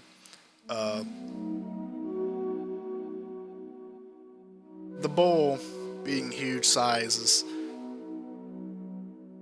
not as big as a raven, but not super tiny. And it's also a raven, so he's like, I can fucking take on a raven. It's just a raven. So he's not really hiding, but he is like staying close to like Sylvie, but not trying to like give her away, because he, realizes hiding and all that kind of stuff.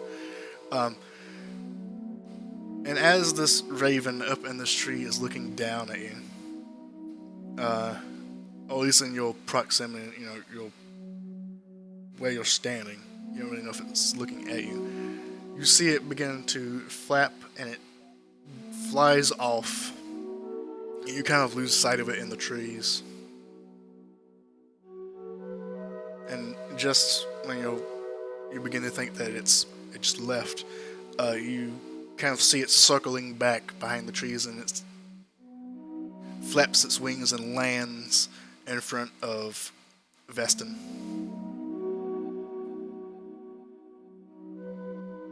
And just kind of stares you down. And it's this gigantic, like 20-foot raven looking down at you in like this curious manner. Vestin just kind of holds still. He's got like that hook, like leaned back, hands up. If I don't move, it can't see me. It's vision. It's based on movement. And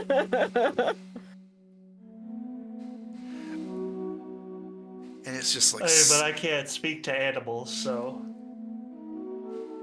It's just like staring you down.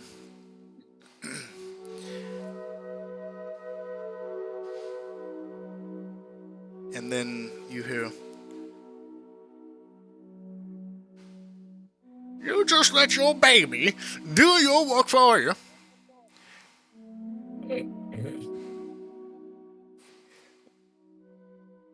Yes? What?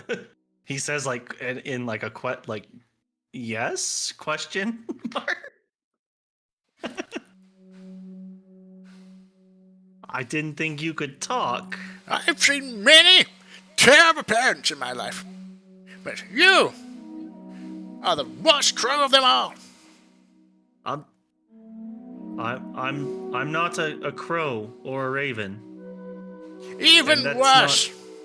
You adopted a baby raven, and then you just hide out here and let it do your dirty work for you. It wasn't dirty work, and it's not even a real raven. And the raven flaps over, and Vestin speaks the command word again, and it turns back into a figure. It's a magic object. You just turned that baby into a statue. No, I didn't. It was you already a statue. Horrific monster! Oh my lord.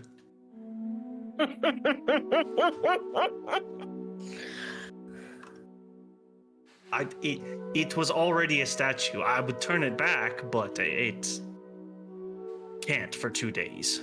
Make a persuasion check.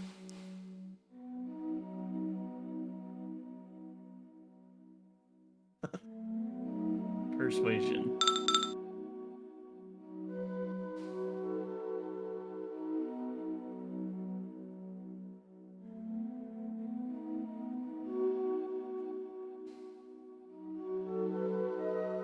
It just kind of eyeballs you, and you see like this grimace that it has on its face, and goes,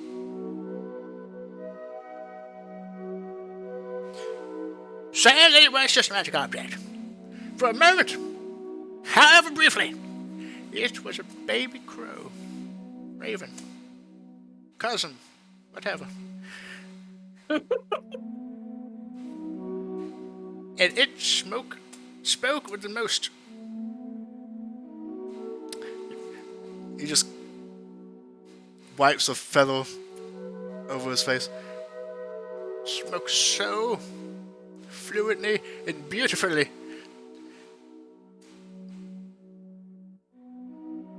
And now it's stuck in that little form for 2 whole days. If that is true, Why would you condemn it to do such a fate? I did not condemn it. This was a gift. A long time ago, I got this.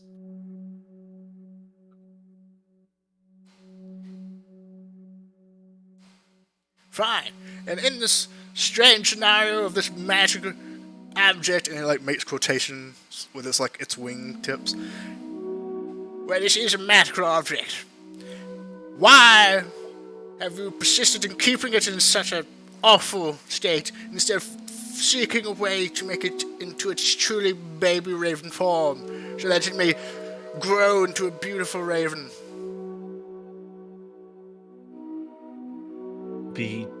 Because as far as I know, it can't. And who told you that? The person who gave it to me. They told you that it would never become a beautiful raven. Yes. That it would forever be stuck as a baby, and then forever be stuck into that little toy that you have. Yes, because it only is like an actual raven for about half a day, and then it turns back into this. This was carved and then empowered with magic. It wasn't a bird turned into this. But it could be so much more, couldn't it? Maybe.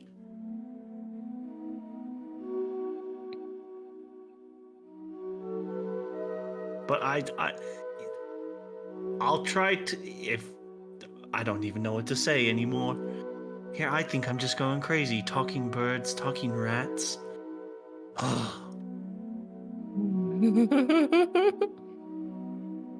needs combat when you can just have this conversation with the crow? Raven.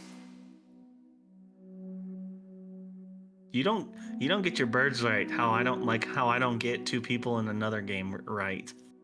I don't get anything right. I've been mixing up mice and rats this entire fucking time. Now it's crows and ravens. Shake my head. I'm just curious to see what's going to be next after this. Listen, I can't promise anything, but if there is a way to turn my statue into an actual bird for the rest of its foreseeable life, I will find a way.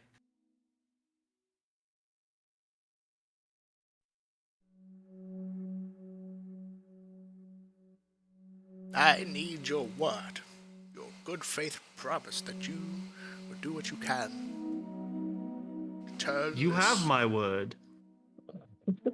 I promise that Vestin, future knight in training, give you my word that I will try to find a way to turn this statue into an actual bird.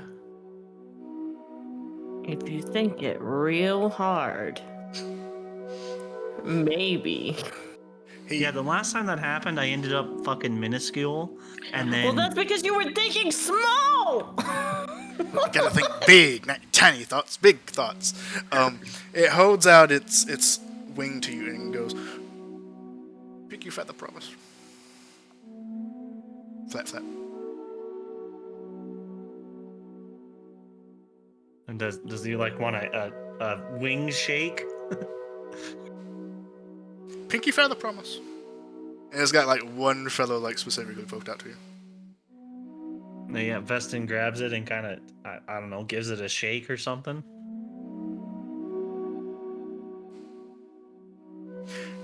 Very well. Good enough. And this, let it be known, Vestin, future trainee of knights or whatever else you said, will bring this tiny toy to life. I've done good work this day. That you have. Do you think you could do even better work and try and help us find our friend's home? Oh yes, the baby raven was talking about stamps and things, something about a cottage, His dialect was a bit fluffy, but kind of sounded like cedar a little bit. It was strange, but so beautiful. Oh, but yes, stumps, cottage, workshops.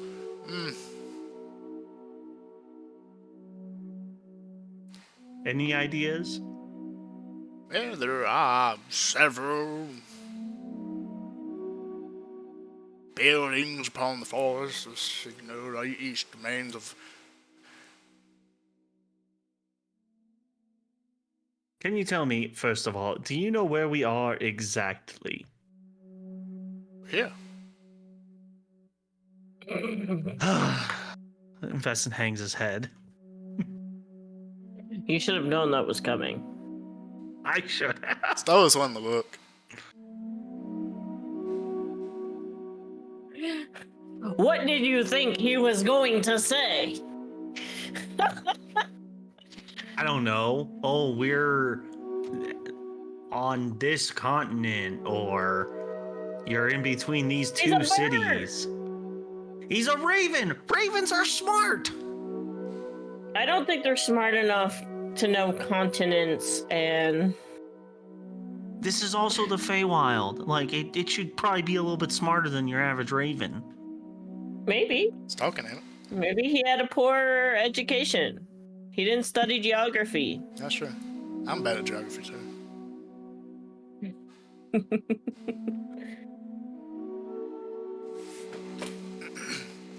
Don't judge him. He was homeschooled.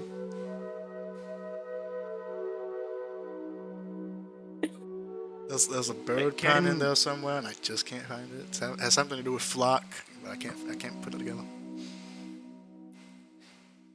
Can you tell us how to get to the nearest town?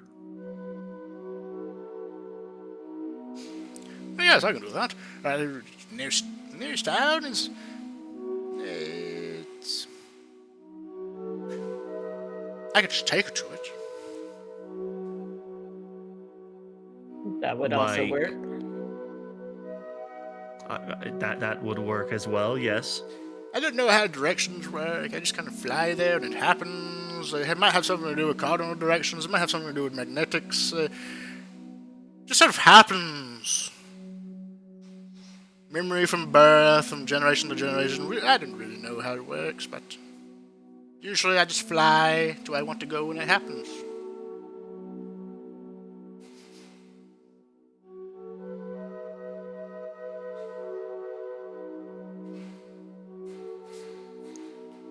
Well then,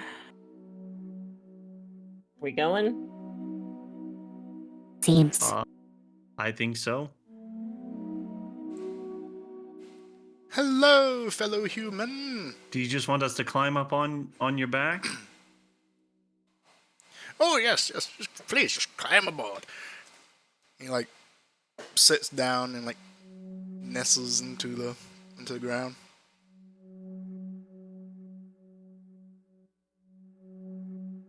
Bashar looks Well, at this dubiously and then says, "You know, I just realized if something goes wrong, I'm probably the only one that could get to the ground on my own."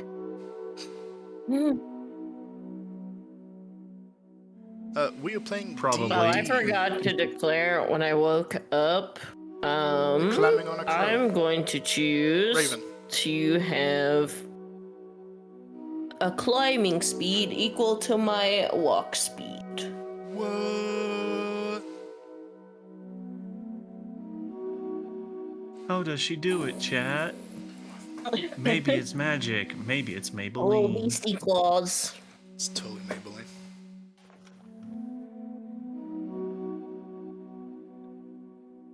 No magic can outdo Maybelline. This is true. Alright. Well, Veston's gonna climb on the raven's back. This giant raven.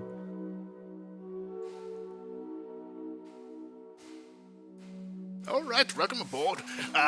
Is that shiny one over there yours as well? Yes, both of them are as well.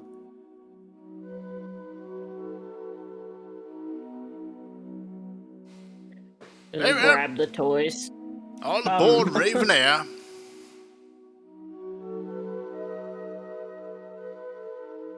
you all just kind of climbing up the feathers of this raven onto his back. And it looks to the giant boy and goes, "Oh, I'm sorry, I'm going to have to charge you double for double seating. Do apologize. It's just company policy." Oh my god. That's very rude. He can't help it. Fucking is rude. Airlines suck.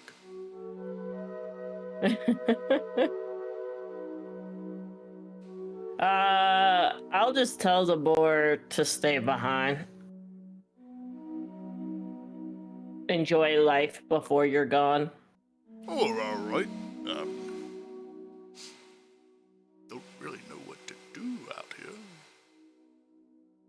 Guess I could Do sniff out some whatever boys do. truffles. Frolic. You're free.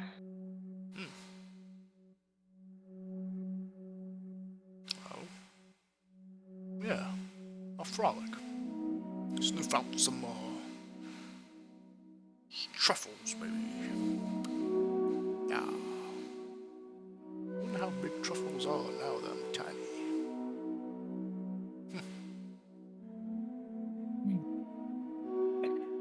You can feast for a very long time if you find one.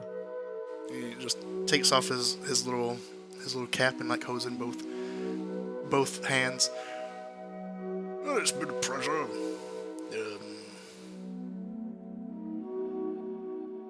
Master, this is Boss. very boss. Works. That works. I like that better than master. That one just felt forced, really. You know, it's been a pleasure. Yeah. Puts back on his hat. Alright. We're all aboard Raven Air.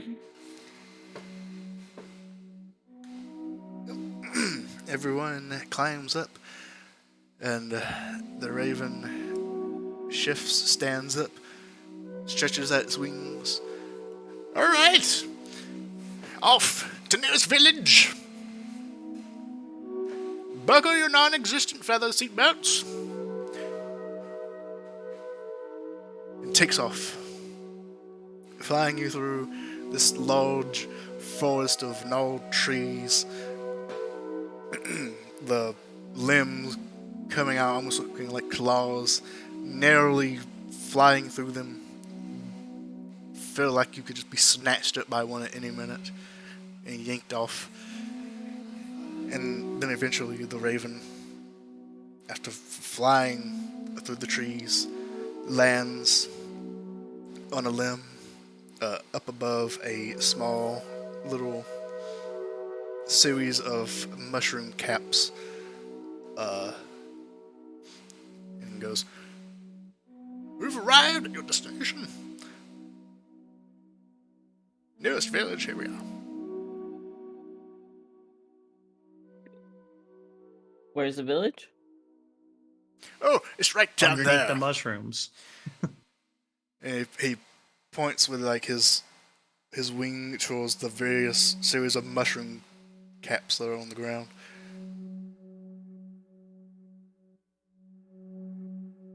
I don't think that's the one we need.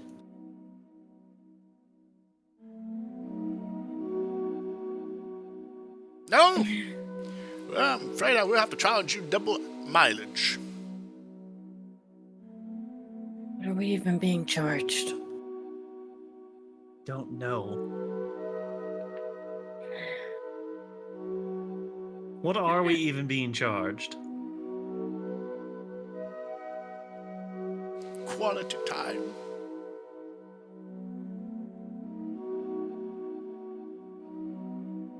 Okay. That's fine.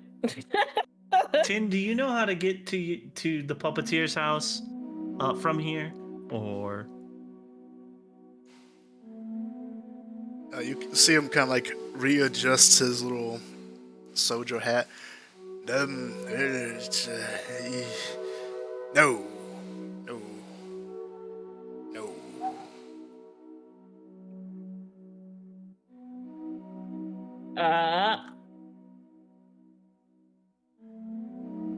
So what do we do? Well, we need to find the puppeteer's house. Maybe people in this village will know where the puppeteer's is. That sounds so NPC. X to doubt.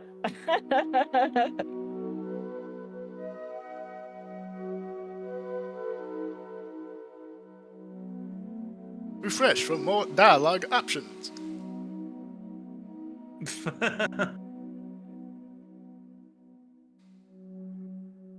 Ravenair, please take us until you find a big house. Big, like bigger than you. Big house. Got it. And begins to fly off. He naturally like flies up above the treetops and begins soaring around.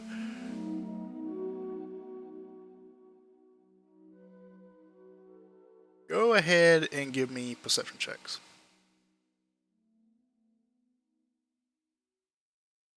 Shion.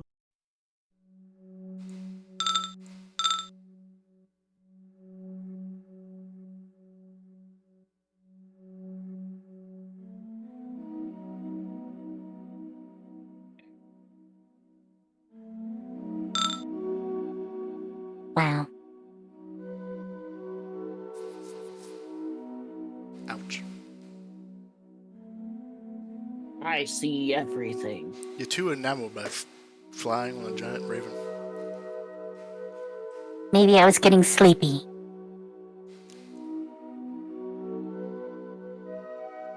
Luckily, they offer you neck pillows on this flight. No peanuts, though. 'cause Offer us allergies. what? Neck pillows. Oh. No peanuts, though, because people might have allergies. They do have Biscoff, though. What a polite raven offering us all this stuff. Isn't Raven Air an actual airline? I feel like it is. I just thought about it. I think it think actually so. is. No, I I've don't never know. heard of I'm it. Googling it after this. It should be if it's not. Alright, as you all kind of survey the landscape as this raven is flying you around, searching for a big house, Sylvie, you notice a couple of miles to the west, an opening in the treetops. Like big enough for a house opening? Possibly? Big enough for possibly an entire town. Okay. Well, point the raven that way.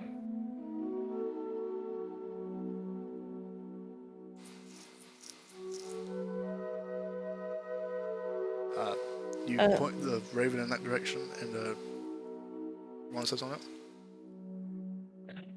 Just over there. It looks like there might be an actual town there.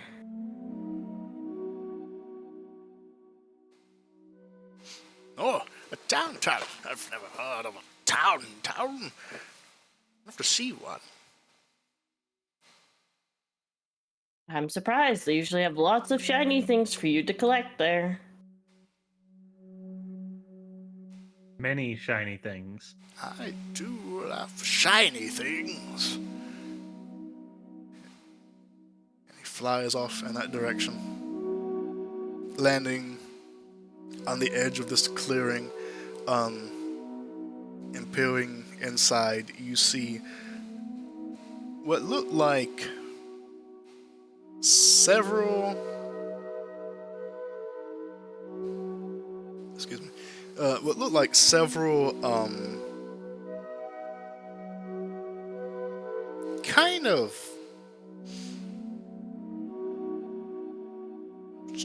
trying to think of like the right word here. That's the word.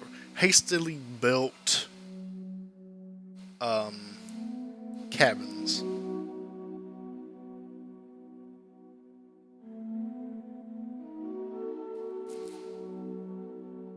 In this clearing.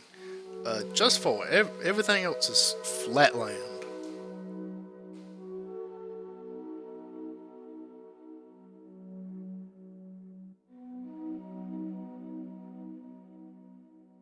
Do these cabins look like run down or anything?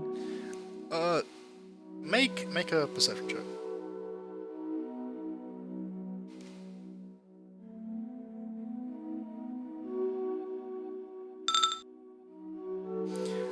They look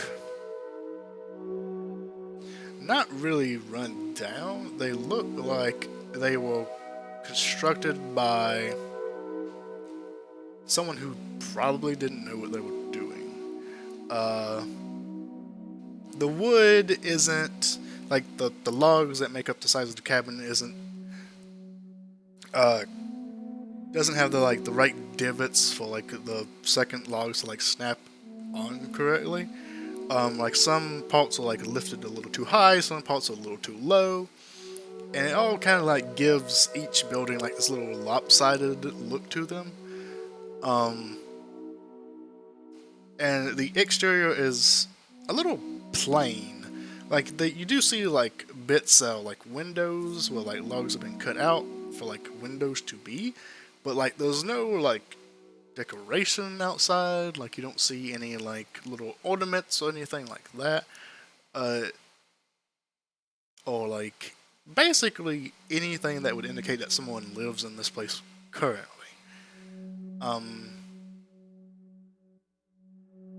You don't see like any lights on the inside either, like any flames or anything, so they all look dark inside. And each one is about a 20 by 30 foot building.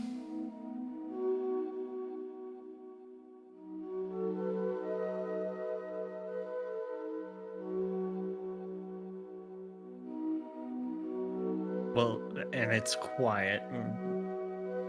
Do we want to go looking around? Everybody? I look over to Tin and Ballerina. Does this seem like the place? No, we have never seen this place before. Oh, we're lost! Strange. No, if I'm you were lost. lost, The you know raven- exactly where you would be at. The raven knows where it's going. Does he? Well, yeah, we told him to find us a big town, and here we are in a big town. But it's technically not the destination that we wanted, that we're trying to find. So technically, we are lost. We're not lost. Alright, what is your definition of lost, brother? Because we are not where we should be, and we don't know how to get to where we need to be. We are it is lost. The inability to find your destination whilst having the proper tooling to do so. She literally just gestures around. What do you think this is? We don't. Just is. We have a destination. And we don't have the tools. We do. No, we don't. It's not like I have a magic compass that tells me where I want to go. He says as he pulls out the compass that just fucking spins around. Like. I don't even know how this thing works.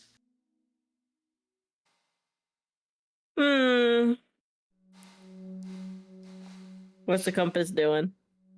It's just kind of like lazily spinning around. That thing is so useless. Why do we have this? Well, I asked the same question about your dragon. It doesn't do anything. It would do something if I commanded it to. I just don't want it to get hurt.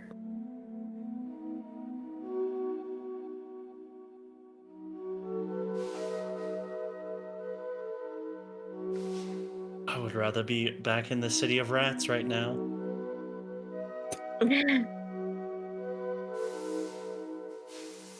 I would like to be home, but we can't have what we want. Well, there's no reason we couldn't look around a bit. Yeah. Maybe there'd even be something here that can tell us where we should go.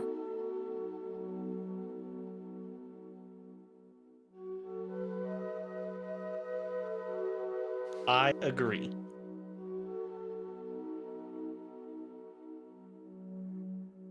We might even find some treasures here. I don't know.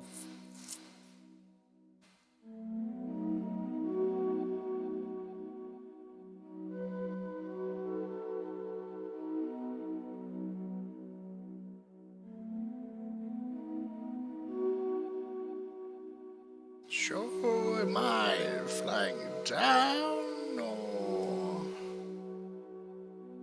Land in the clearing, please. Radio! And the raven flies off from the branch it was sitting on with you all and lands in the middle of this clearing with these full, large buildings kind of scattered around in it. And lands kind of like in the middle of them all. Your destination. Town. I don't see many shinies. I feel lied to. Well, there might be shinies inside. It looks abandoned, doesn't it? Yeah, Or it looks abandoned and empty.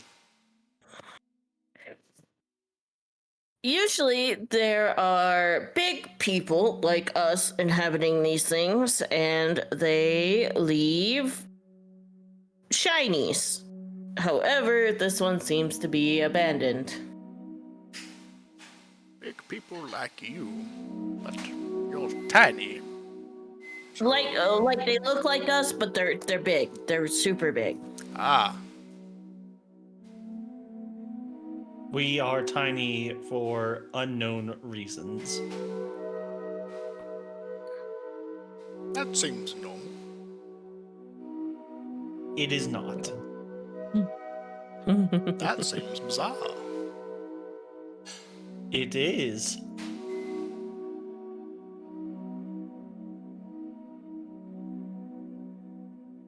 Veston hops off and he starts looking around the houses.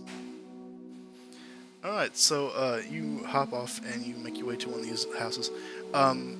So these are all full-sized houses. Like, they are enormous compared to Oh, you. these are full-size Yes, houses. yes, Oh. these are full-size houses. Like, 20 by 30 feet, actually. Not relatively. So you hop off and you go up to one of these giant houses. And you do see, like, there is, like, not a very good doll made. Like, a doll that looks like it's been made out of, like, made out of several bits of bark that have been shaved off of trees and then, like, kind of roped together to make a doll, and it's, like, kind of just wedged into, like, a section of these wooden logs that makes up this building that have been cut out.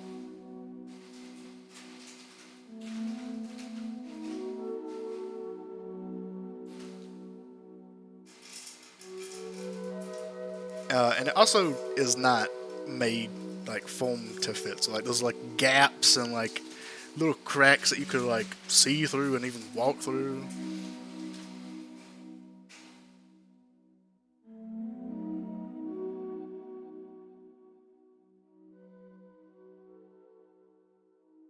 Veston, he Take a puts look. his hands on his hips and just like, these looked smaller from up there.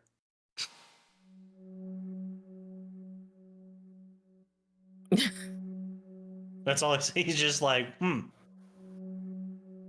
know, I while like we're it. here, I'm gonna take a moment and think of myself being bigger. Again. Okay. I am already pretty big, but I'm gonna keep trying. Go ahead and roll D100.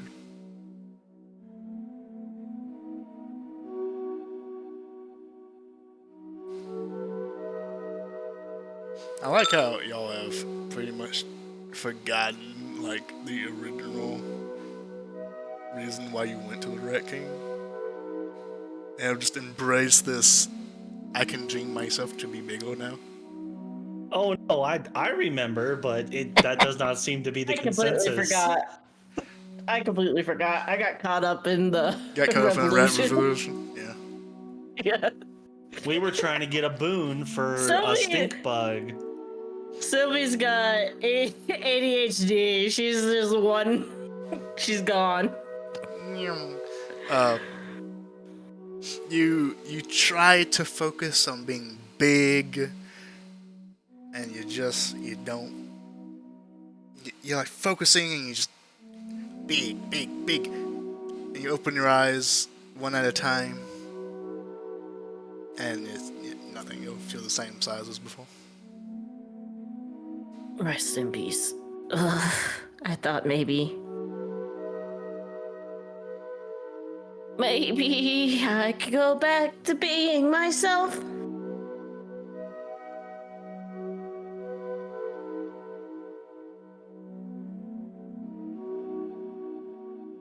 I mean, you still technically are yourself, just tiny. That's not myself. A fraction of who you were.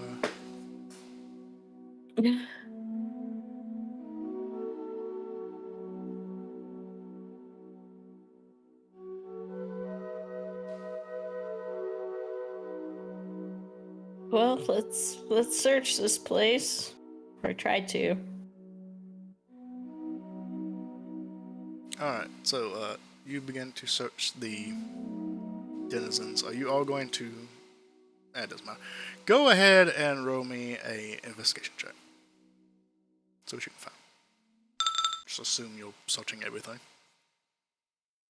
Sylvie's too depressed. It sucks. It's bad. Not stuff. linguistics.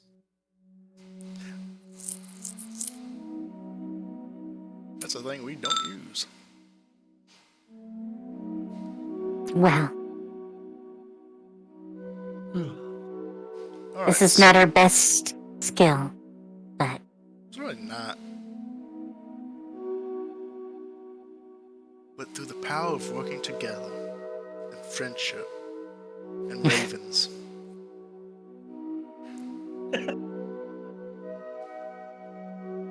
Mostly working together. Not really about ravens, that's kind of like a secondary thing, but you know. As you all kind of look around, trying to find any clues as to where you are, or what this town is, or used to be, or if it's even really a town. It's really just seems to be like 4 buildings and a giant clearing. You notice that one, Sylvie is just too lost in trying to make herself big, and it didn't work out, and she's far too upset about it. But beside that, what you notice is that this entire clearing is pretty vacant.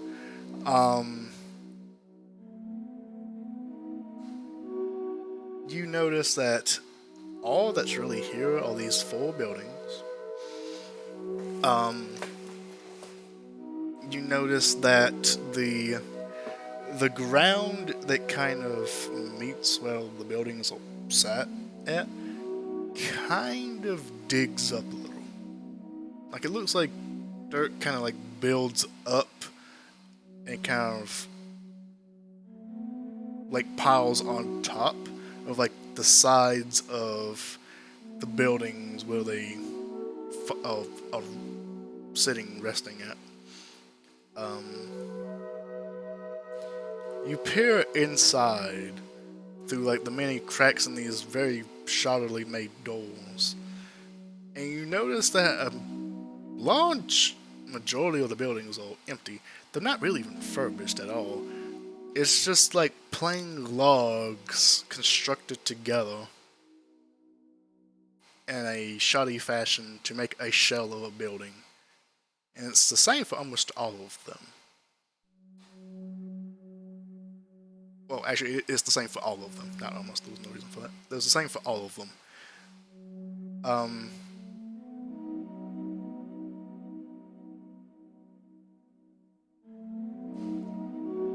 And then something Vestin catches your eye.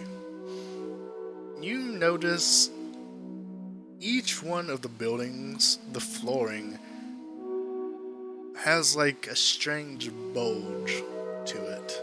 Like a strange arch, almost. As if the buildings seem to be sitting on top of something and the wood has settled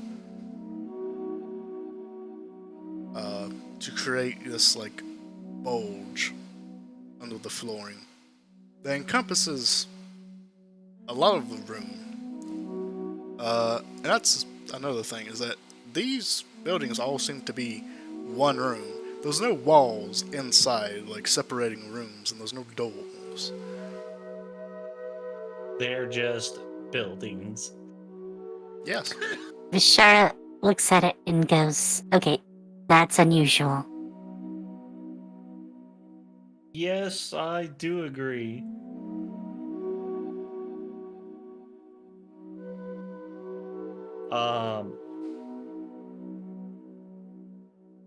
Are the cracks and all that big enough for us to go in and like walk around? Yeah. So there's like a lot of the doors like have like cracks that, well, the wood doesn't meet like this door enough, and you could easily like just squeeze through. Yeah, okay. Vestin he'll squeeze through and go to investigate that the bulge, I guess. The bulge. The bulge, cousin to the boulder. Not as famous. The boulder is conflicted. The boulder does not know how you should feel about hitting a small child.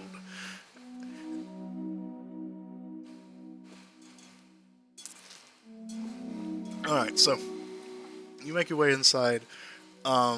Is anyone else following?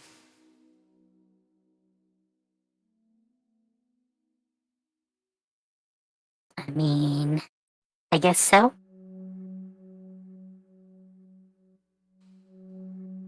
Just assume Sylvie is, maybe. And isn't too distraught in that being big. Yeah, she's following. Alright, so you all go inside, followed by Ten and Ballerina. Go ahead and make a investigations check, specifically for this bulging floor.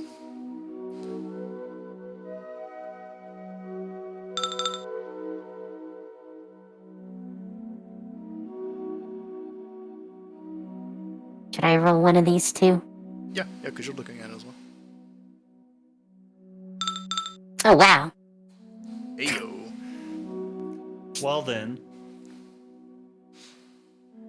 Alright, so, as you all looking at this flooring, you notice that it's kind of how I explained it before. It seems like the wood has settled on top of something. Because, when a log cabin, the wood settles. So it looks like the wood has settled on top of something to like give it like this bent shape. To create like this bulge in the middle. And then Vishara, you notice something. You notice almost faintly and almost undetectable. The entire building slightly shift up back down. And this happens every couple seconds. And it's faint, it's slow, it's almost imperceivable. But you Are we notice inside it. of a mimic? We're inside of a mimic right now.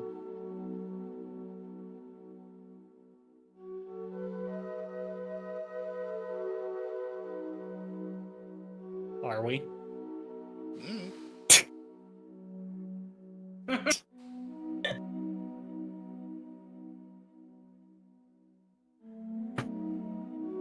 It's a big ass mimic. Of course, I'm getting you all very tiny. I mean, mimics Still a big-ass can be mimic. houses. That is true. One day I will make a campaign where the entire town is a mimic. I mean, there's a very famous picture that is just mimics everywhere. The Yeah. only thing not a mimic are the two women in the picture. I love those two little old ladies with the mimic houses and mimic pets. It's so great. I love that.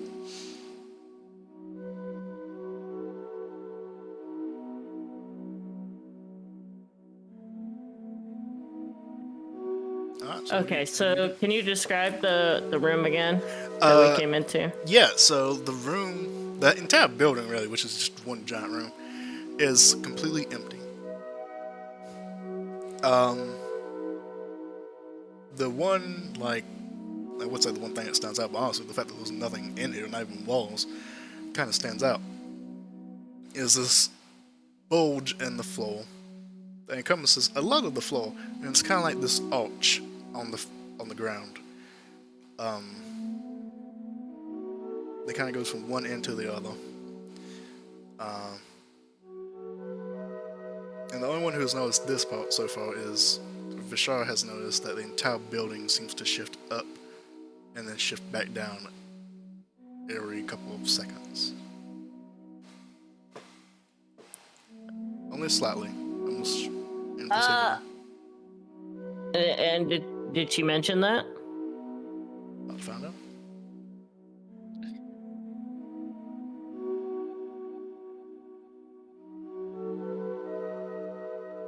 Did you say that?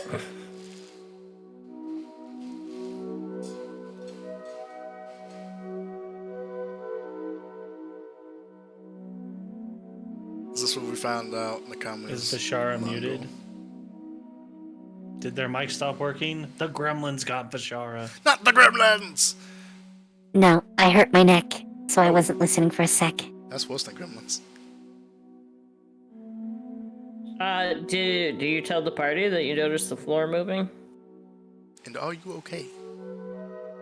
Yes, I'm okay. I just had to go ow for a bit. Yeah, I'm gonna look at the two of them and go,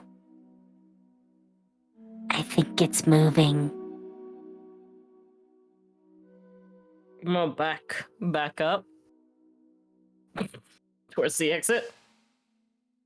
Alright, you slowly back up and make your way back outside.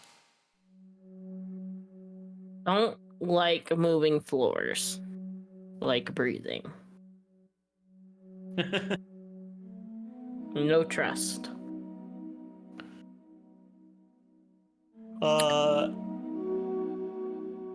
Vested like it's breathing. That's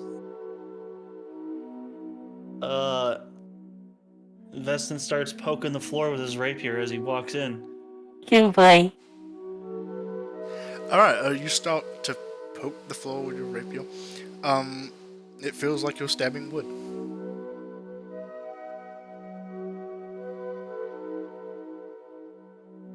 As I walk in, like, deeper into the house. Yeah.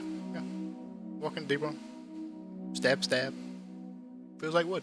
Looks like wood.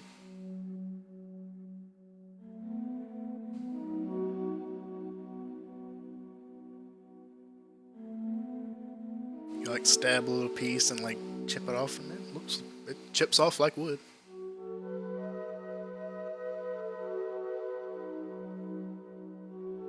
So, Hello? Anybody there? should Are we you take it up a alive, step? house? Who all is in the house right now? Is Sylvia the only one who left? Yeah, she's I think standing so. outside looking in. She's like, nope. Alright, so, Sylvie, you make your way outside. As Veston calls out, and everyone who's inside begins to feel the room shift. It shifts up from one side and tilts up, the entire building tilting up, and you all begin to slide down. Make me either. Nah, actually, I think this would be athletics checks. Make me athletics checks to try and hold on if you're trying to stop yourself from Actually, sliding all the as way soon down. as this starts to happen, Vishara will just start walking on the air. You can do that. That is true. You have no need to make a check because you just begin to walk on air. Yep.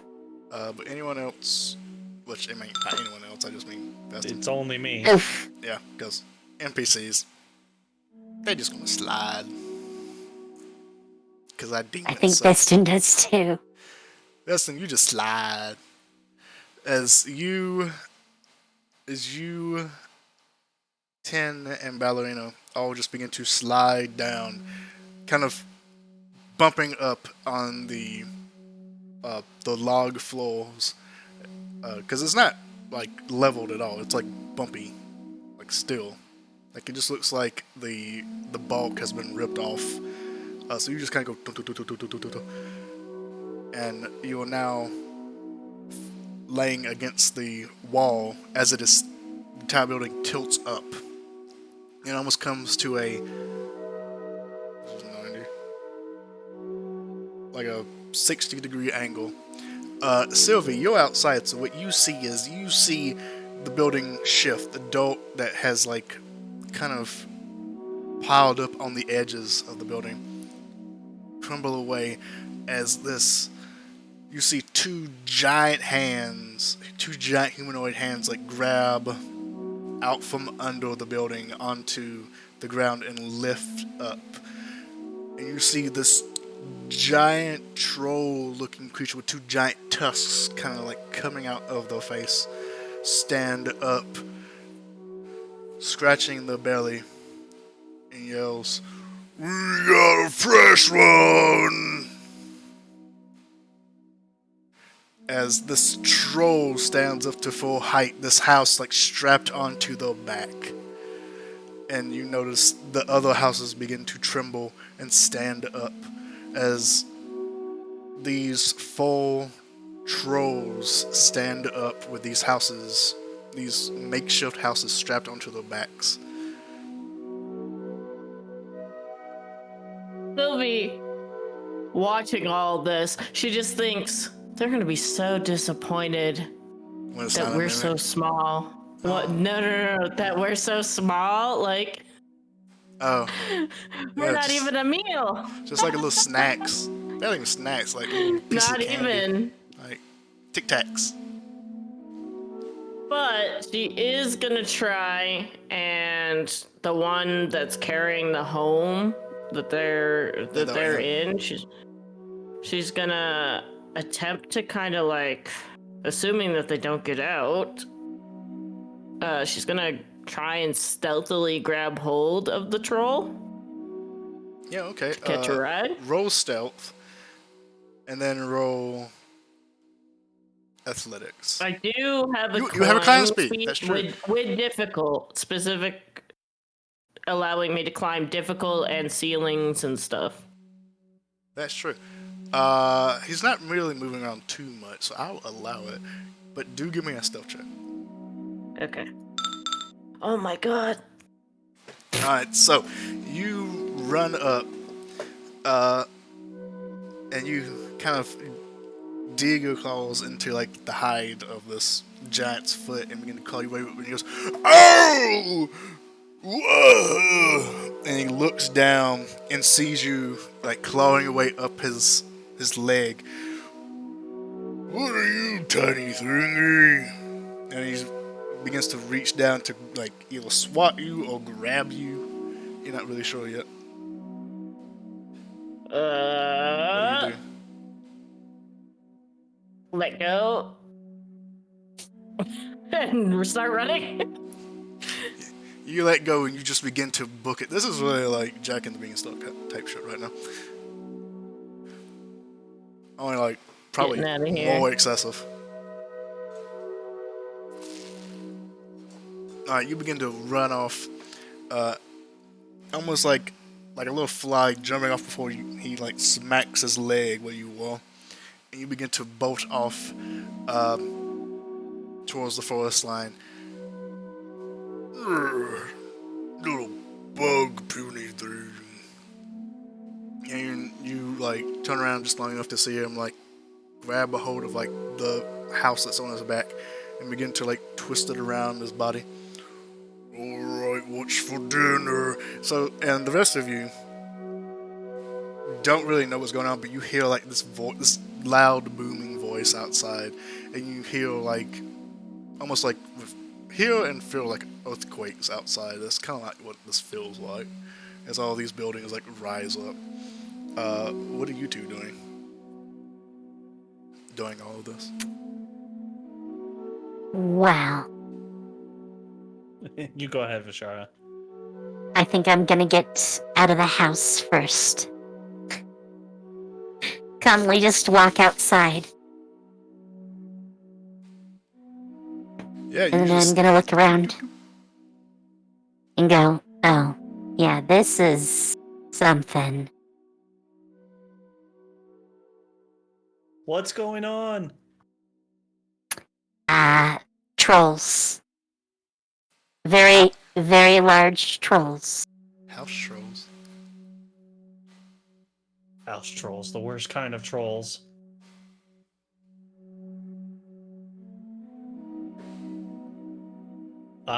Vestin is, going to try and get out of the house, but he's like being rolled around by a troll right now, so.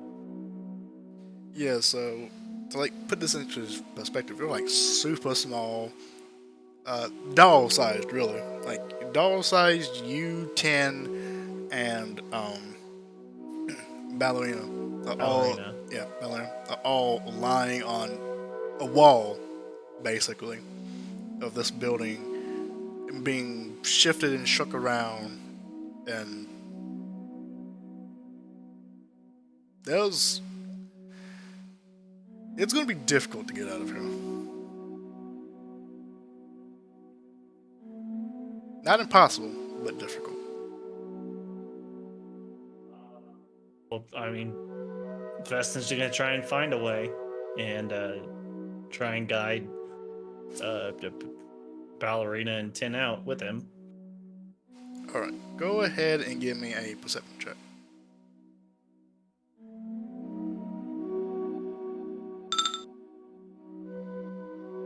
Eight. Alright. You look around for like any way to get out. The door that you originally came in at is now up. It's now up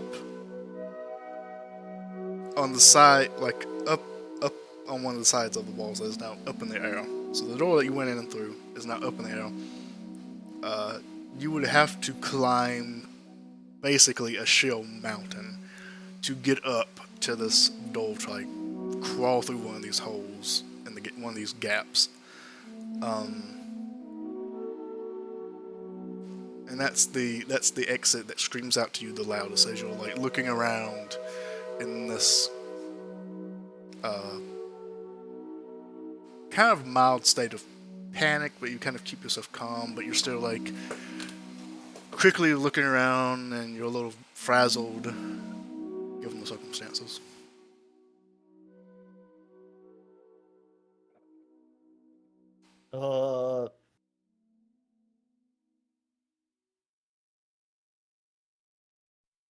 There's that. I don't think we're gonna be able to get out of here. We gotta climb 30 feet up. Oh, and we're much fucking more than 6 that. inches tall. Oh, okay. Yeah, that Well, makes yeah, more 30 sense. actual feet, Yeah. and we're. Since it's just Vishara's looking at this situation and she's gonna go, you know what? It might make it worse, but I'm just gonna do it anyways. And, she decides to use her circlet of blasting on the troll holding the house. Okay.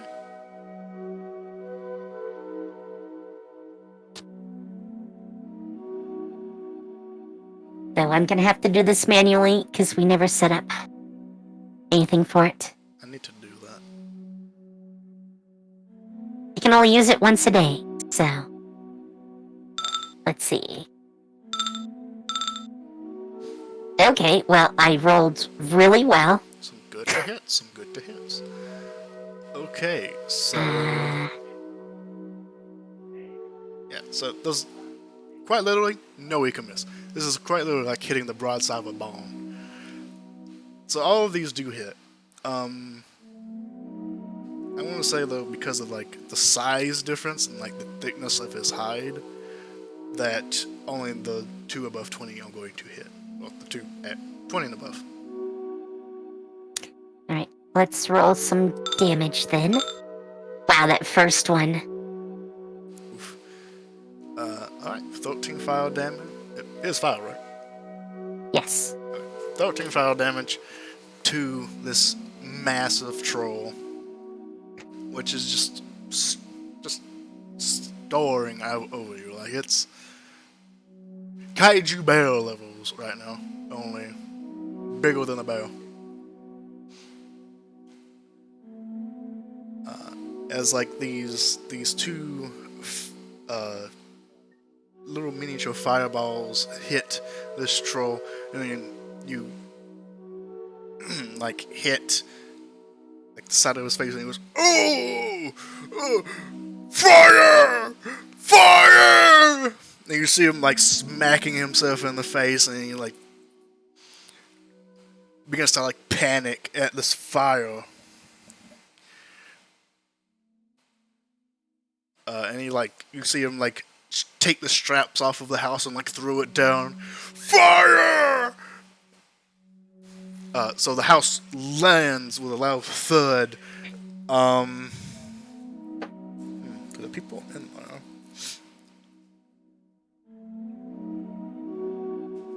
And there's nothing really in there to hurt you. I want to say make an athletics check to try and kind of hold on and not get shuffled around too much. Oof. Okay then. Rest in peace, brother. I'll say you take falling damage, but it's just gonna be the 1d6 for like 1 for falling damage. Okay, you take the whole 6, so you take 6 bludgeoning damage. Okay, that could not go any worse, I suppose. Wait, how did you have so much temp HP? What the fuck? Oh, never mind. I understand that. Actually, yeah, how did you have temp HP? Oh, I think that was left over from when I used my Yep. Twilight Sanctuary. Forgot about that.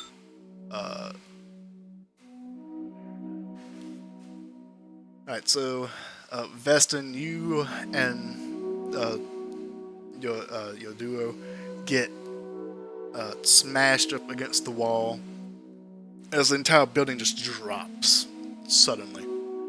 It's like falling in an elevator as like everything just, you fly up as like the room is falling, and then you all just smash down. And the building like crashes on its side. On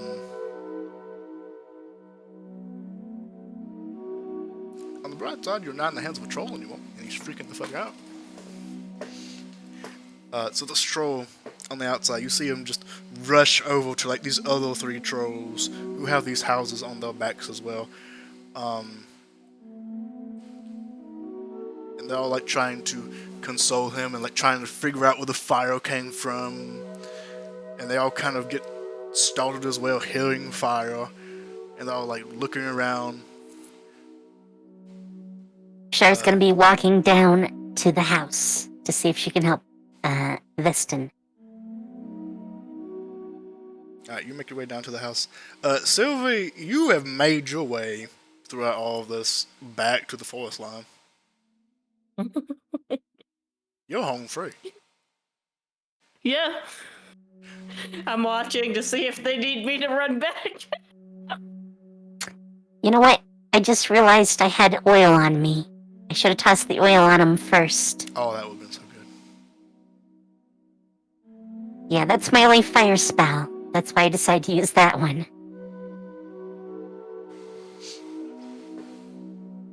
Fire Hurdy.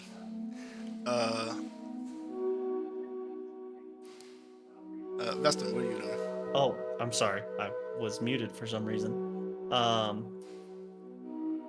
Vestini gets up and is the house like right side up, or is it upside down now, or?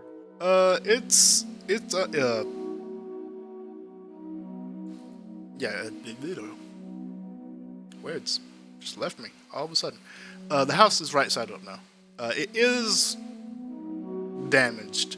Like some of the wood is like splintered. Some of the like logs are like wedged out and are like jutting inward. Okay, he gets Tin and Ballerina up and says, "Come on, let's go. We have to get out of here." They both look at each other and look at you and nod in agreement. Bashara peeks inside and says, "You okay in there?" Yep, we're fine.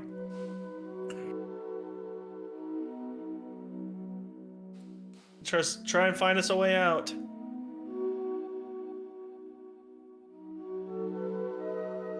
I mean, door. Start running towards the door. You all make your way out the door, and you Veston now see what was carrying you, and it's like this giant troll, like these two long tusks like poking out of its lower jaw. Very muscular, not lanky or anything, like very muscular and thick. And you now see that those three others that still have like the buildings on their backs, like strapped on. And they all seem preoccupied with like finding out like what set him on fire for this brief amount of time, and like trying to like pat him out, and like it's almost comedic because as they're like patting out this like little smoldering bit on his like face, they're like slapping him to like pat out the fire. And while they're distracted, Veston, he just let's go, and he runs for the tree line. Bashara will be doing the same. All right, you all. I'm waving for him. You all bolt for the tree line. I'm going to roll a perception check to see if they notice you. It's going to be a disadvantage because they're preoccupied. Imagine if you encountered this when you were full-sized. This would never have happened. I mean, I probably would have just bashed them in and then set them on fire. That's a natural one. I rolled a natural one at disadvantage. They don't see you. You make your way back to the tree line. And you leave these four trolls behind as you now enter the tree line. And that is going to be where I call it here because we are a little bit over 20 minutes over also. But congratulations, you did not get eaten as little teeny tiny tic tacs to 4 trolls. Yay. And you are in a place that you have no idea after going through a painting. I mean, that's pretty much normal for us. Yeah, that's just typical. Time to get lost again. Oh, look! The Isle of Lost Things! Wow, we made it back here. The world, it's a circle. I wonder what Doodle's doing. Who knows? Goodbye, Doodle. We'll totally see you again. We've lost him forever. It's just waiting there forever. I thought I'd be back. They said that you're back. He's gonna be dead. He's gonna be old age. He's gonna have like There's gonna be like a family Still waiting. of doodlebugs though. He's got grandchildren now. He's gonna introduce you to his wife.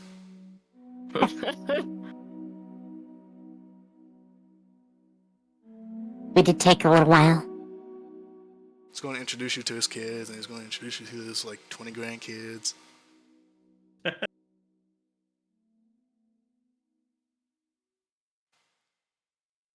Alright, well, I hope you enjoyed. This definitely went away. It was like so many different ways this could have gone. But yeah, I hope you enjoyed. Yeah. Yes. Yeah. I'll see you all 2 weeks from now if something happens. Uh-huh. Bye. Alrighty. Goodbye. Bye. I'll See make ya. sure to save shit this time.